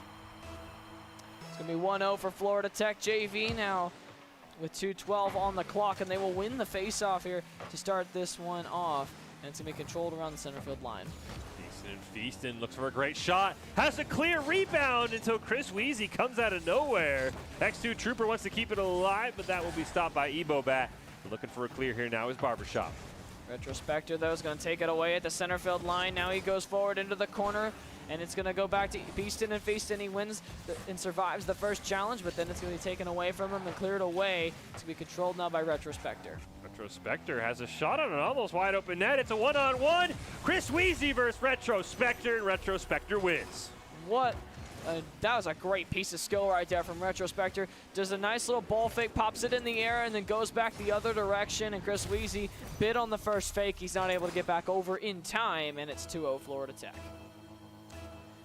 1:35 on the clock here as the 2-goal lead for Florida Tech has now been established here. Are they going to get a third right off the bat? What a save by Metire. And now Chris Weezy's controlling it in the air, and it's going to be taken away by X2 Trooper again, and it's going to be sent forward here, but Retrospector takes it away. He's going to try to boost for this one, but nearly got away with it. Feastin, huge clear. Chris Weezy centers it in front of his own net. X2 Trooper looked for the punish, wasn't able to find it. Now Chris Weezy looking for a goal for Barbershop to keep them in this game in the final 60 seconds. Feastin has other ideas, and he lobs it in. That was an outstanding solo effort there. He takes the ball, and he has great control of it here, and he avoids the challenge here from Matayer long enough to flip that one over Emobat. Emobat knew what he wanted to do, and he still couldn't stop the shot there from Beastin and Feastin. Incredible stuff there, and now Emobat will take the opening face-off arrow to a rocketing Matayer, who loses out on the 50-50 as Beastin and Feastin again along the wall tries to center a pass. That's going to be cleared away towards center. Retrospector now gets a great play around Emobat, but Chris Weezy looking to keep Barbershop's fleeting hopes alive. A huge save there by Retrospector. Now Chris Weezy can't stop Beastin and Feastin. He's been a one-man army, but it's Retrospector who gets credit for the fourth goal. And Retrospector will get on the board here as well. There's a nice bit of team play here, just a nice 50-50 win there by Chris Weezy. Gets it out towards Retrospector, and it's going to make it 4-0. 35 seconds left on the clock here as the face-off will come out, and it's going to go the way of Florida Tech JV for just a moment before Imbobat plays it down. Intercepted, though, by Beaston and Feaston, and now he's going to look to put it in himself, and it's going to be cleared away. 20 seconds left. Great pinch by Beaston and Feaston. Chris Weezy now looking to dribble this one up. Just gets blocked out of the way. X2 Trooper. Lobwood's on net. Retrospector looking for the hat trick. So is Beaston and Feaston. He hits off the crossbar. Tries to pass it back to a teammate. They're not quite in sync. But in the end, it won't matter as the final seconds tick down on this one. Florida Tech JV with a dominating Game 1 win over Barbershop, and they're now one game away from moving to 2-0. Fantastic series for both these teams. And of course, a reminder, this tournament brought to you by Geico Military. Geico Military has been a partner of the USO since 1997, providing support to military service members and their families throughout their time in service. Thank you, Geico Military, for being a force behind the forces. And Siphon, I'll say that was a dominating effort, in particular by Beaston and Feaston and Retrospector. They got a ton of setup shots and also made some great defensive plays as well. Yeah, they definitely did. I mean, there wasn't, a moment of the game where they didn't have their fingerprints really all over it, and they definitely were very influential in the way the game played out. And, Beaston Feaston won so many 50-50s, created so many chances by himself. Retrospector was solid as that back line, kind of last line of defense, but he did a good job hopping in the play, making those defensive recoveries and keeping the play going even when his team lost possession for just a moment. So overall, they definitely had an outstanding game, and Florida Tech JV just rolled as a result. And you had mentioned this from one of our other series. It felt like, from what we saw from Barbershop, their offense was just kind of lob it down on net, usually from Chris Weezy, and just kind of hope somebody ended up in the right spot. It didn't feel like there was an offensive set. It didn't feel like there was a possession. It was just launch the ball down, we'll race for it, and if we win, we'll take some kind of crazy shot and hope it goes in. Yeah, definitely. I mean, typically there's going to be two reasons why you're doing that. You're either lobbing it over the defense because they're playing high, so you're able to just kind of slip around them, go get it, and then you're left with an easy one-on-one, two-on-one, that kind of thing, create some easy numerical advantages. Or you push it, you send it over their head so they have to go back and get it. That allows you to get set and try to push forward and meet them kind of more in the middle, and as a result, keeping it more out of your end to make it easier for you to defend as a result. But neither one of those things was really happening except for, I guess, a reset, but not really, them venturing out very far from their own end, and as a result, they really didn't generate much offense at all. I will say, what a comeback for Florida Tech JV. Again, just a show match that kind of got blown out by Big Brother. They come back here. They're now one game away from being 2-0, which is a spot you want to be. Remember, this is a 6-week Swiss bracket. At the end of it all, the top 8 teams qualify for the USO Invitational. Well, there's $10,000 on the line, and I'm sure Florida Tech would have one of their teams in, or both their teams in, but even just getting one in is a huge accomplishment. Well, I think we're ready to go here as we see a quick rundown of the rules. Best of 3, so that does mean Florida Tech JV is on match point. 6 weeks bracket. This is week number 2. 1 match per week per team. Top 8 teams qualify for the USO Invitational, and that $10,000 prize pool will be at stake then. We're ready to go here for game number 2. We'll see if the players are ready as well. Florida Tech JV and Barbershop both sitting at 1-0. And the one thing while we do wait to get into the game, and you kind of mentioned, I think, with Hood College. Actually, before we do that, let's get over to Doc's keys of the game. Get a reminder for Barbershop how they can come back, and that is to create mistakes, punish the overcommit, don't overstay, and bump a demo to disrupt. Doc's keys brought to us by Geico Military. Geico Military has been a proud supporter of the USO and a proud sponsor since 1997. But this is something you had mentioned to me earlier, Cypher, that I want to touch on. The 7 days in between games, especially when you lose, that has to be really, really tough. So for both these teams to win, one of them is going to have a bad taste in their mouth for a very long time. Yeah, definitely. But, they're definitely trying to get over that one right now. So hopefully, and prevent potentially that idea, from happening, as it's going to be, again, Florida Tech, just a lot of pressure early on here to try to get an early goal again. But Chris Weezy's actually on the breakaway. Can he guide it in? And Chris Weezy with a huge goal here for his team to start us off. It's a great play, and I don't know what Florida Tech's doing. Looks like Retrospector's getting boozed. So is Beaston and Feaston. It's a misplay there. A very rare one for Florida Tech. We'll see what they could do on this ensuing kickoff. They dominated game 1. Beaston and Feaston wins the kickoff cleanly. X2 Trooper with a great little steal. No one can get over there. So Matry able to corral it, but Retrospector can't quite connect. And Chris Weezy now looking to dribble it up, looking for one more goal. It looks like that one should be turned away. Yeah, it's going to be calm play there for Florida Tech after a bit of a communication breakdown, it sort of looked like to me, as now as Maiter is going to play this one in the corner. Back towards the shot. There's a score. Retrospector gets it top corner, I think. We talked about Beeson and Feaston was last week's player of the week. Retrospector put in a great case right below the crossbar, as you said, sneaks it past. Got ourselves a tie game early on here. See what the kickoff leads to as X2 Trooper ties it up there. Retrospector looking to dribble it up the field, looking for another goal. Stolen away by Chris Wheezy. As Beeson and Feaston has to retreat. Huge demo there, but it looks like Retrospector should be able to buy some time. Yeah, Beeson Feaston again winning another 50-50 here. Sets it up for Retrospective, who plays it off the back wall. Looking to bounce it in, and Ebobat, that is not a good clearance there. Nearly was capitalized on by Trooper, and now it's going to be cleared away here by Chris Weezy as he looks to get another breakaway goal. But Beeson Feaston will clear this one away. Alive for Barbershop. Beeson and Feaston now with a great little touch. Gets a second one around Chris Wheezy. One man to beat, but X2 Trooper actually takes the ball away from his teammate. Communication breakdown there from Florida Tech. We've seen a couple of those. We'll see if they can right the ship as Retrospector nearly has that ball roll off his hood into the goal. Huge save there. Now Chris Wheezy just going to blast the shot, but it's saved. Nice job by Trooper to come across there, get that deflection down. Now there's a long shot as Trooper gets the demo down. It is now 3-on-2 for just a moment. Beaston and Feaston trying to get a setup there. Trooper tries to get it in, but it's going to be blocked. Ricocheted away. Retrospective playing it in the air, but not able to get it goalwards. Beeson and Feaston takes his shot, turned away by Ebobat. Well, anyone on Florida Tech challenge? It looks like it's X2 Trooper who will, but Chris Wheezy wins that one cleanly. One more touch. Beeson and Feaston pushes that ball barely out of harm's way. It's going to come back here to Chris Weezy as he's playing much higher up the field this time around. He gets the demo down, nearly was able to get that one to Matter, which would have definitely been a goal as he was staring at an open net. Here's Beaston. Feaston sets up his teammate Retrospective with the shot, and it will go wide. And then there's Matter with a huge, huge goal, and that's going to be 2-0 here for his team. Second time we've now seen Barbershop punish JV, the Florida Tech JV squad, for going way too fast. Matter able to get a great goal.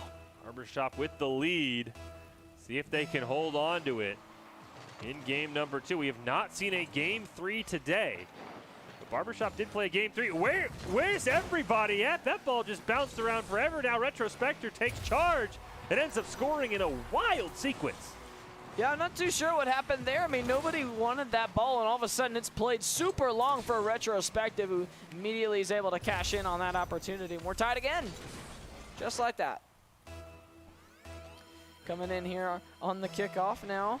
It's going to be indicative of who will control this one, get their next chance. That's another long ball. Nearly was able to be scored there. And this one might as well, nearly taken care of there as Uguay is able to knock that one away. And now here's Chris Wheezy again trying to get this one under control, but it's kept alive, and it's going to be floated towards the net third. Ebobat makes a great stop, but Beeson and Feaston keeps it alive. It's Chris Wheezy's turn this time to make a save. X2 Trooper over pursues just a bit, but Beeson and Feaston doing everything he can. It's also been the Retrospective show all the shots and the goals for Florida Tech in this 2-2 game. As he passes it back to Beeson and Feaston. Off the back wall, Chris Wheezy is there, but a great steal by Beeson and Feaston. A double committed Trooper hits it home. Nice play right there from Beaston and Feaston, winning the 50-50 twice. Holds the play up, and then the double commit just to make sure they do not miss their opportunity to take the lead. And Florida Tech now leads this game 3-2. On the kickoff now, it's going to be one initially by Florida Tech, and then it's going to be shot forward there by Beaston and he scores immediately off the kickoff, and it's 4-2. What a turnaround. It starts with a great job by Retrospector, pops up in the air. Beaston and Feaston with a huge cheat on the kickoff.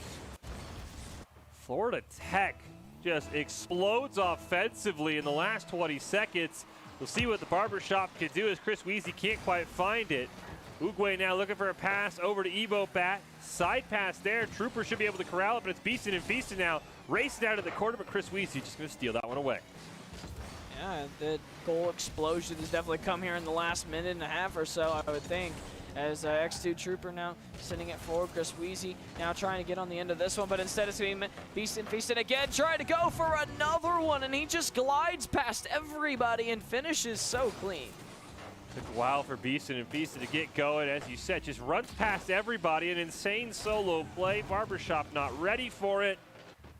And Florida Tech has raced to a 5-2 lead and looking closer and closer to being a 2-0 team at the end of this week as Beastin and Feastin now wants the hat trick, trying to set it up for a teammate as well, but Chris Wheezy turns it away and Ebo Bat will pop it just around Retrospector.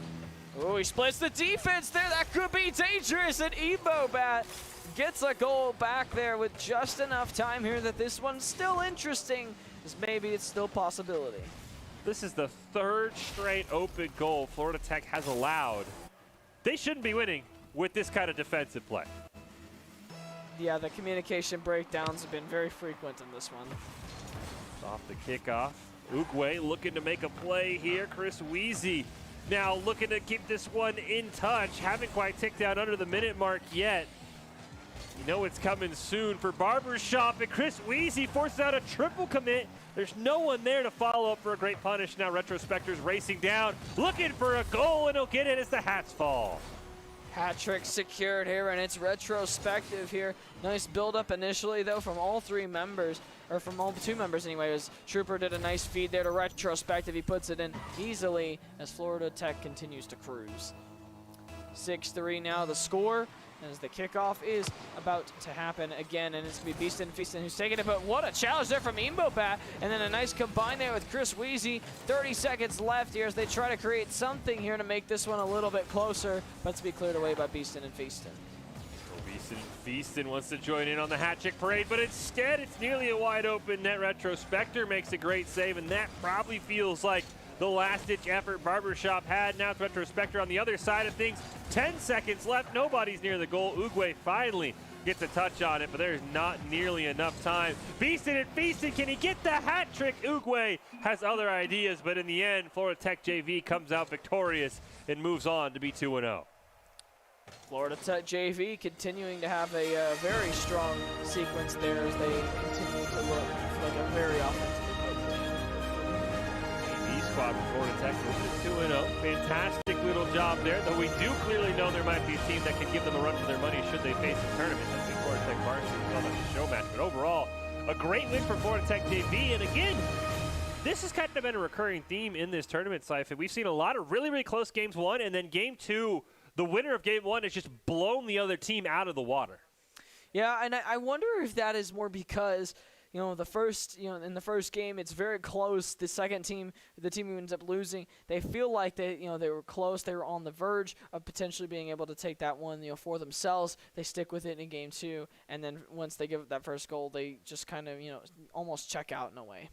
We will have one final match, I believe, on the night. But before we get to that, we will take a break. USO Invitational is the qualifier, week 2. Getting down to the wire. We've seen a couple teams move to 2-0. We'll have one final map coming up after this, but first we'll have a quick break.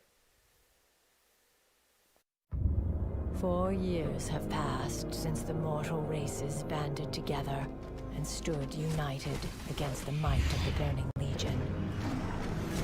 Though Azeroth was saved, the tenuous pact between the Horde and the Alliance has all but evaporated.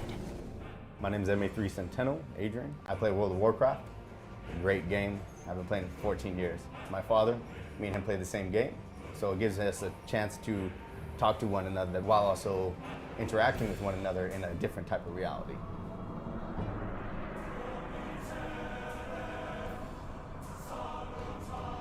I also play World of Warcraft. My younger brother plays. I do not play with either of my two parents, though my mother very often leans over my brother's shoulder and talks to me while him and I are playing. At the USO, they give us Wi-Fi, free Wi-Fi. The Wi-Fi connects us with our game systems, and our game systems allow us to see certain people or talk to certain people back home. Neither of us like phone calls. Neither of us like talking on the phone in any sense of the word.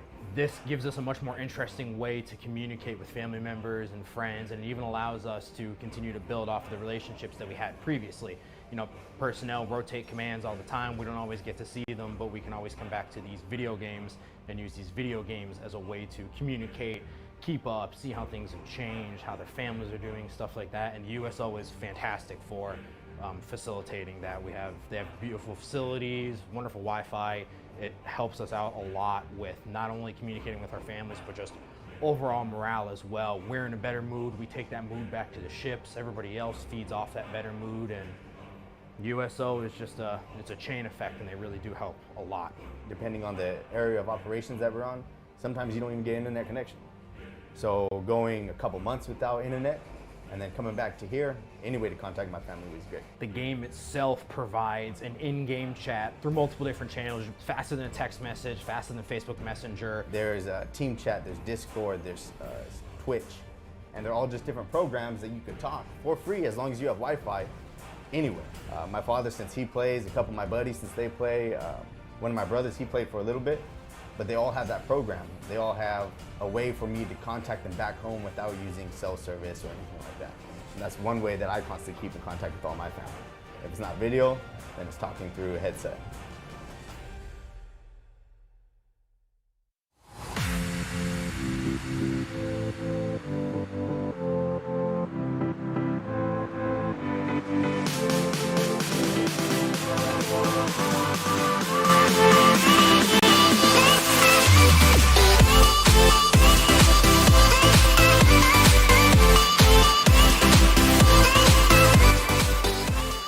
Welcome back in the Boise State Esports Arena. Final game of the night here in our USO Invitational Qualifier, week number 2. It is Wyoming taking on Aviation Nation, a pair of teams sitting at 0-1, looking to get to 1-1. Fish and Siphon here, and I've been told we're ready to hop right into the game.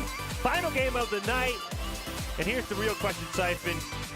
You think we're going to see a game 3? Haven't seen one yet. Yeah, I don't know. I'm gonna go no. I don't think we are. I think we're gonna see a 2-0. Well, we'll see if whoever wins game 1 can keep that promise alive as we kick it off.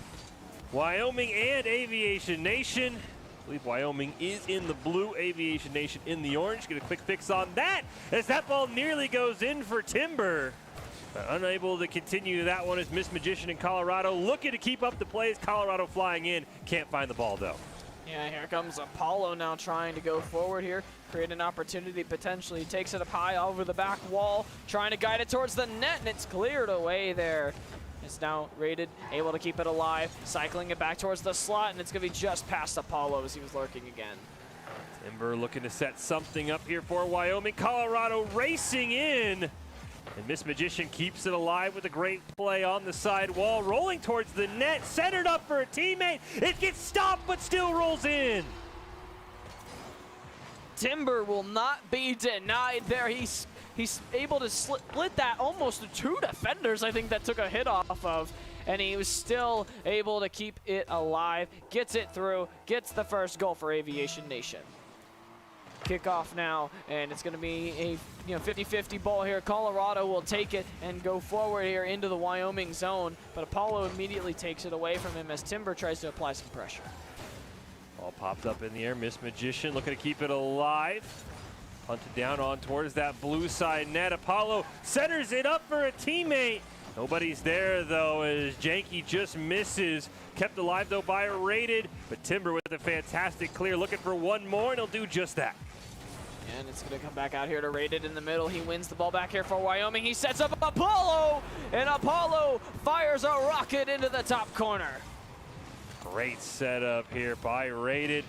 Pops it up, huge demo as well, shutting down the rotation, wide open net.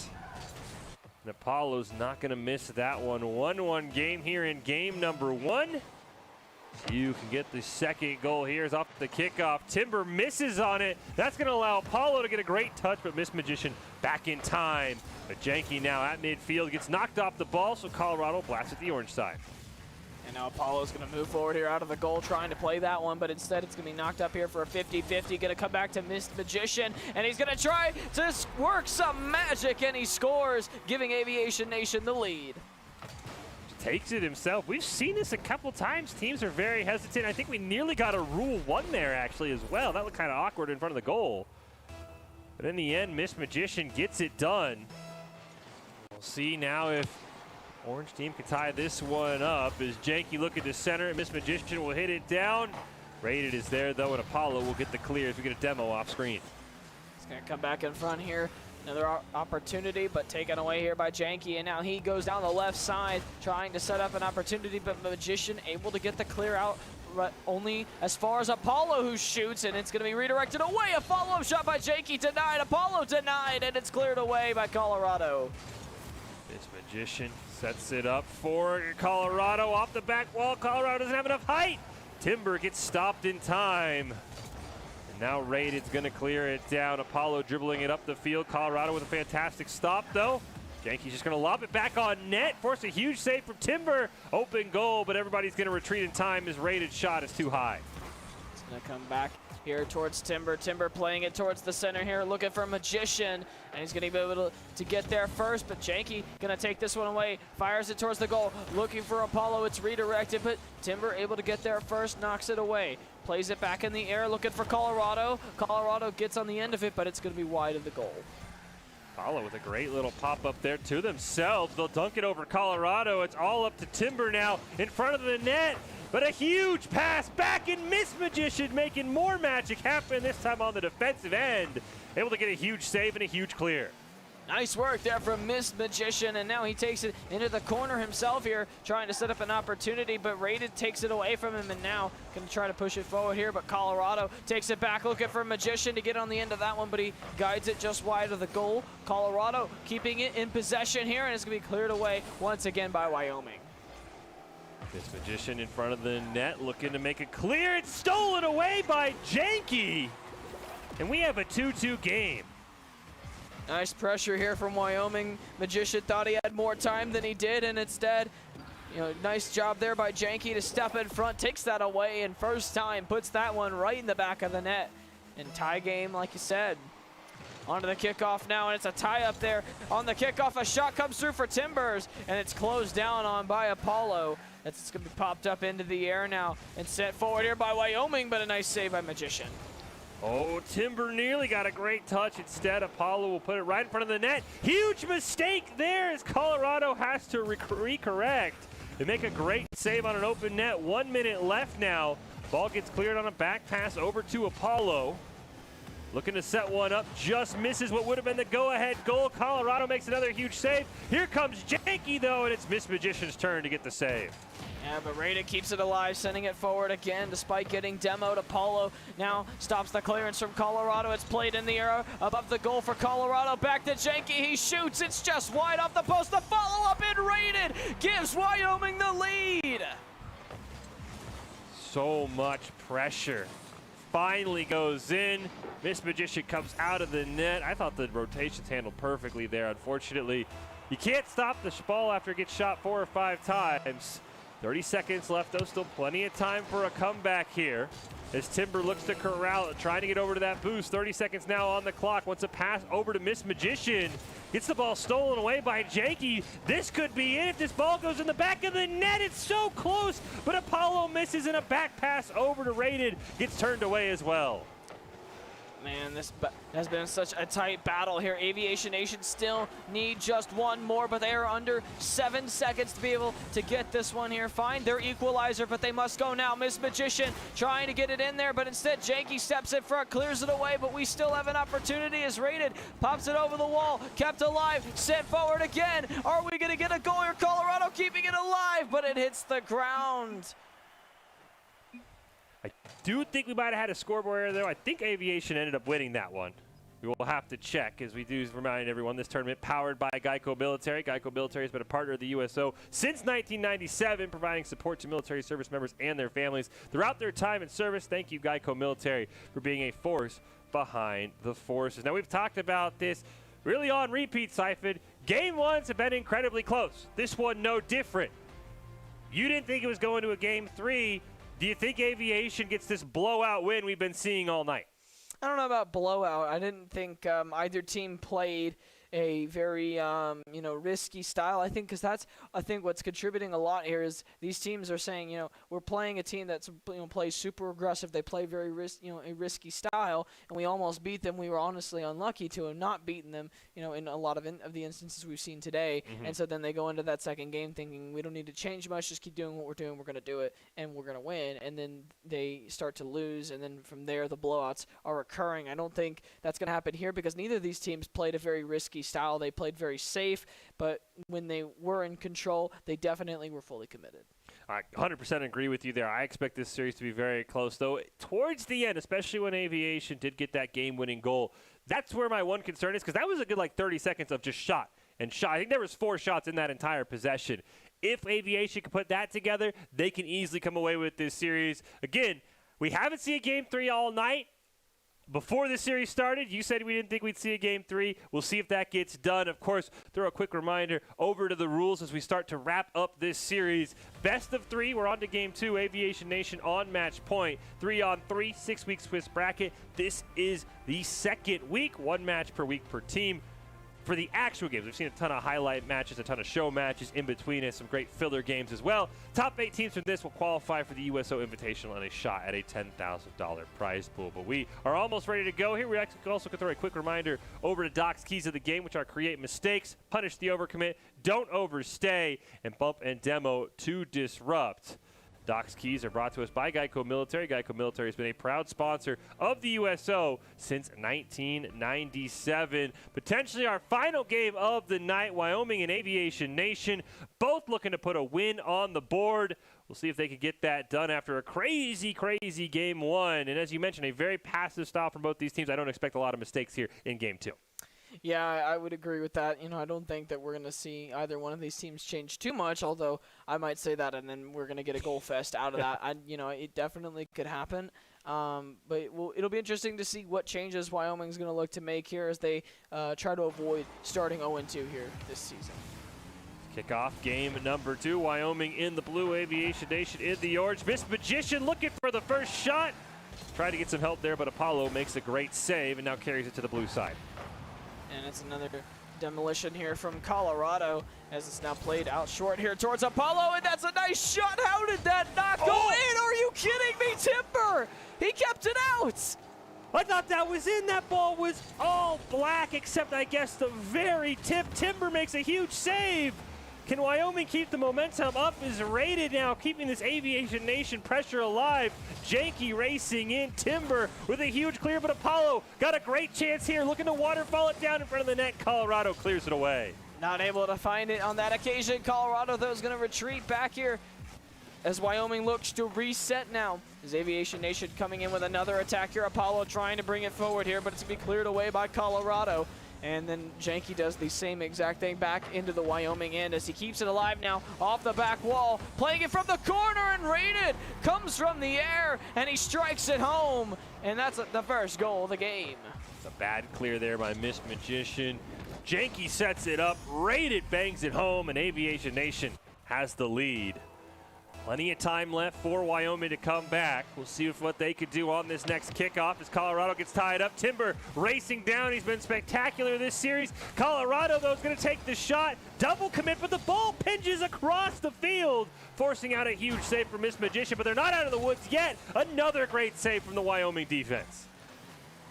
Successive big plays on defense for Wyoming, but are they going to be able to couple that with some offensive scoring, as they are going to need some goals here in this one already. And now Apollo slips it over the defense, but Magician leaving it there for Colorado, but Colorado turns it over to Apollo, but Magician comes back to make the defensive play. Magician pops it up in the air. Where's Colorado? There he is. Great dunk over Apollo. Timber comes racing in, but it's a bit short on it. Colorado now looking to try and make a play. Can't get it around Apollo to start with, and now Aviation Nation has a great chance. Magician makes sure that one does not even get off of the ground, as now here comes Janky again around the corner, trying to play it forward onto the goal, and Raiden taps it in. That's a superb ball there from Janky. Yeah, great win. Not only one, I think 250, sets it up perfectly. Ball might have gone in regardless of if Raiden was there. In the end, Rated now has 2 goals. Aviation Nation has the 2-goal lead. Still plenty of time, just under 3 minutes. Timber off the kickoff. Colorado with a great win. Wyoming's done that so well, but they need to get a goal here. It's Miss Magician off the backboard. Colorado takes the shot, but it's a little too slow and a little too far to the right, and Raided's able to corral it. Yeah, now Raided bringing it forward. Raided going towards the goal. And Magician is going to clear that one away here. Is now Janky trying to take possession, but Timber takes it away from him. Now Timber gets demolished, but leaves it for Colorado. Colorado sends it high over the net, and it's going to fall here towards Magician on the other side, and Janky's going to send this one forward. Magician retreating. Janky going to capitalize on Wyoming. Slow to move to that ball. Does finally get challenged there. Demo off screen should slow down this attack. But Apollo takes possession right in front of the net. Raided can't get there in time, but he pops it up in the air. Janky with a long tap down. Wants to play the rebound to himself. He's just short though. Raided now retreating, but Apollo will steal this ball away. Raided waiting. Sees his opportunity, but missed with a great pop over it. And now it's going to go back into the hands here of Aviation Nation. Colorado driving forward, though, as he got an opportunity, in Wyoming on the board. And we are not done yet. Apollo's in a great spot to save this. I guess he predicted the back shot because he just does a random bicycle. I don't know what happened there for the Aviation Nation defense. Yeah. Apollo let one in off this kickoff. We'll see if Wyoming can capitalize. They cannot. It's up to Colorado. Risky play here. He's the last one on defense. He'll clear it down, but Janky will lob it right back to Raided, who gets it to the corner where Apollo is waiting. But it bounces over Apollo's head. Now going back to Raided. That's a great hit on the ball. What an adjustment from Raided. Third goal of the game. The hat trick when his team needs it most. It's a bad rotation there by Wyoming. Nobody in net. They take a 3-1 lead. Does Aviation Nation. 90 seconds on the clock. Plenty of time for the Cowboys of Wyoming to come back in this one. Off the kickoff, Janky with a nice win. Wyoming will go retreating, but it's Timber who lobs one on net. Apollo this time makes a fantastic save, and a demo forces Wyoming to reset. It's Janky now trying to get it over to Raided. Now Raided sends it forward towards the back post, but no one's there, and it'll go out of the goal. And now it's going to come back forward here for Magician. Apollo sends it forward high over the ball, and now it's going to be put into possession towards the goal, and we are 1 minute remaining. Wyoming needs a goal now. They get a long clear down. Miss Magician trying to set something up for a teammate, but Janky will deny Timber's attempt. Apollo with a great hit over into the corner, going to roll towards that Wyoming net. It's Miss Magician who makes a great save, but a demo opens up things. This would be a disaster if Wyoming can't clear this ball. And it's Raided who now sets it up in front of the net. Scary clear there for Miss Magician, but nobody on Aviation Nation is there. Yeah, now Timber going to send this one forward here, but it's taken by Janky. Miss Magician's got to come up with a big save there, and he does. And now Timber driving it forward here, but he loses possession again at that center field line. Colorado now down the right side, but he loses possession here to Janky. Janky fires a shot, but it's going to hit the back wall, and it's going to be taken now by Timbers out towards the center field line, looking for Colorado, but it's taken away here by Raided. And with 6 seconds remaining here, it looks like Aviation Nation is going to capture a 2-0 here as Janky fires one more at the goal, but it is denied by the crossbar. Aviation Nation keeping the promise true. No game threes here today. They pick up that win. They'll move to 1-1. A great spot to be here as we now finish up our week 2 in the USO Invitational powered by Geico Military. Week 3, same time next week. Cannot wait to see how some of these teams do. Maybe the panic button has been hit in some cases once you fall down 2-0-2, but Siphon, we did want to bring up something that you and I thought was very hilarious regarding the Florida Tech varsity team that you pointed out to me and their record in games that count and games that really don't count. Yeah, so Florida Tech varsity is 0-1 at this time in the USO tournament. In the show matches, they're 3-0, including 2-0 today. So if they don't win their match today, they'll be like, can we play like show matches all the time? Like, please? Obviously, there is something that is not translating for them when it comes to the actual matches, but when they've been perfect so far when it comes to the show matches. So I suppose they're there to put on a show and be entertainment, maybe? I guess. I mean, because the show matches today were hilarious. I mean, they beat their JV team by a bunch. Then they played, a game that we saw it was incredibly defensive. I mean, it was like 1-0 in overtime, and we were even saying, like, nobody wants to take a shot. That's hilarious to me. That is absolutely fantastic, as you noted. Florida Tech varsity, we don't know how they did today. Currently 0-1. 3-0 in show matches. Hopefully they can turn that around. Hopefully they can get things going. Well, as we prepare to wrap up tonight, let's talk about our Geico Military Player of the Night. A lot of really deserving performances. Siphon, who would you nominate?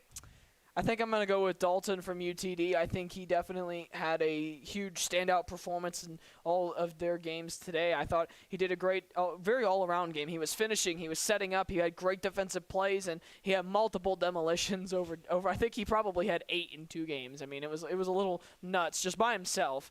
I'm sure over that series it was probably 20 or 22. But there was a lot of demolitions, but I thought he was a very big standout player today. I think Dalton was a part of the best goal of the night, which was him getting a double demo at midfield, as you mentioned, was an absolute force. I think the one player I would say, and I think Dalton was a great choice, I'm kind of split between two. Raiden was phenomenal in that last series, but of course maybe recency bias. But I want to throw it all the way back to the first game of the night, which feels like really millenniums ago. I thought Ventex was insane.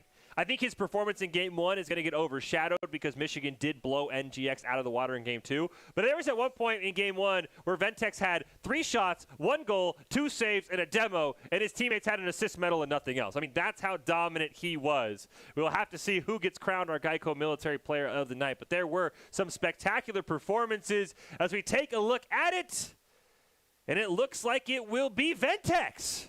Wow. I did not think I was going to be right. I feel like players get punished when they play early. I think his Game 1 is probably the best, and we talked about this, the best. Get in the backpack, boys. I'm going to carry you the rest of the way that we've ever seen.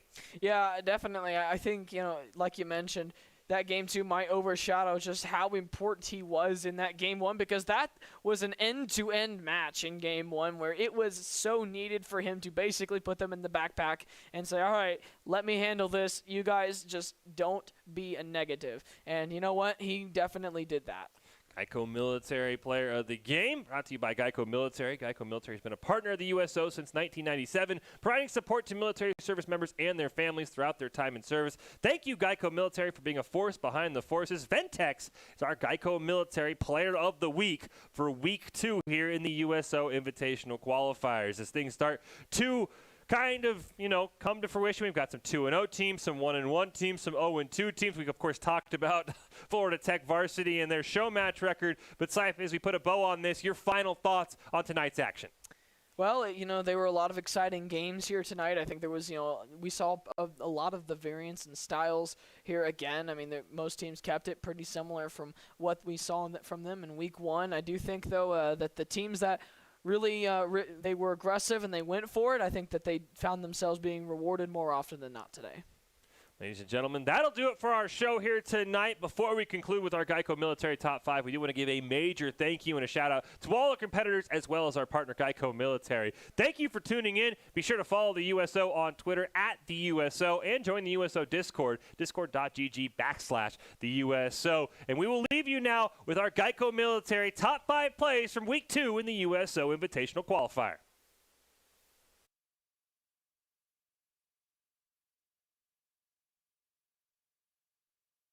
The D shot turned away by Rockter, but kept up by big old Bobcat over to Ventex. The hat rained down, and it feels like the dagger. It definitely does. What another great team goal here set up by Michigan. It is a great press all the way from all 3 members high, forcing tons The other side. And here comes Thermal now off the back wall, looking for one of his teammates, but Dalton has taken out 2 members, and Ghost will just easily put it in there, and the 1-0 lead secured for UT Dallas.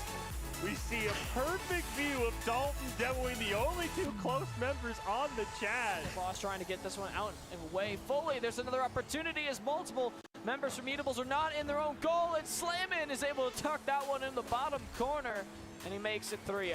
I thought Amkoba had this save. Slammin just gets a great shot. I thought Amkoba was there. She took a weird angle. Didn't go straight. Kind of went Looks like me is now as my terror is going to play this one in the corner. Back towards the shot. There's a score. Retrospector gets it top corner, I think. Talked about Beastin' and Feastin' was last week's player of the week. Retrospector put in a great case right below the crossbar, as you said, sneaks it past and keeps it alive with a great play on the side wall, rolling towards the net, centered up for a teammate. It gets stopped, but still rolls in. Timber will not be denied there. He's able to split that almost to two defenders, I think, that took a hit off of, and he was still able to keep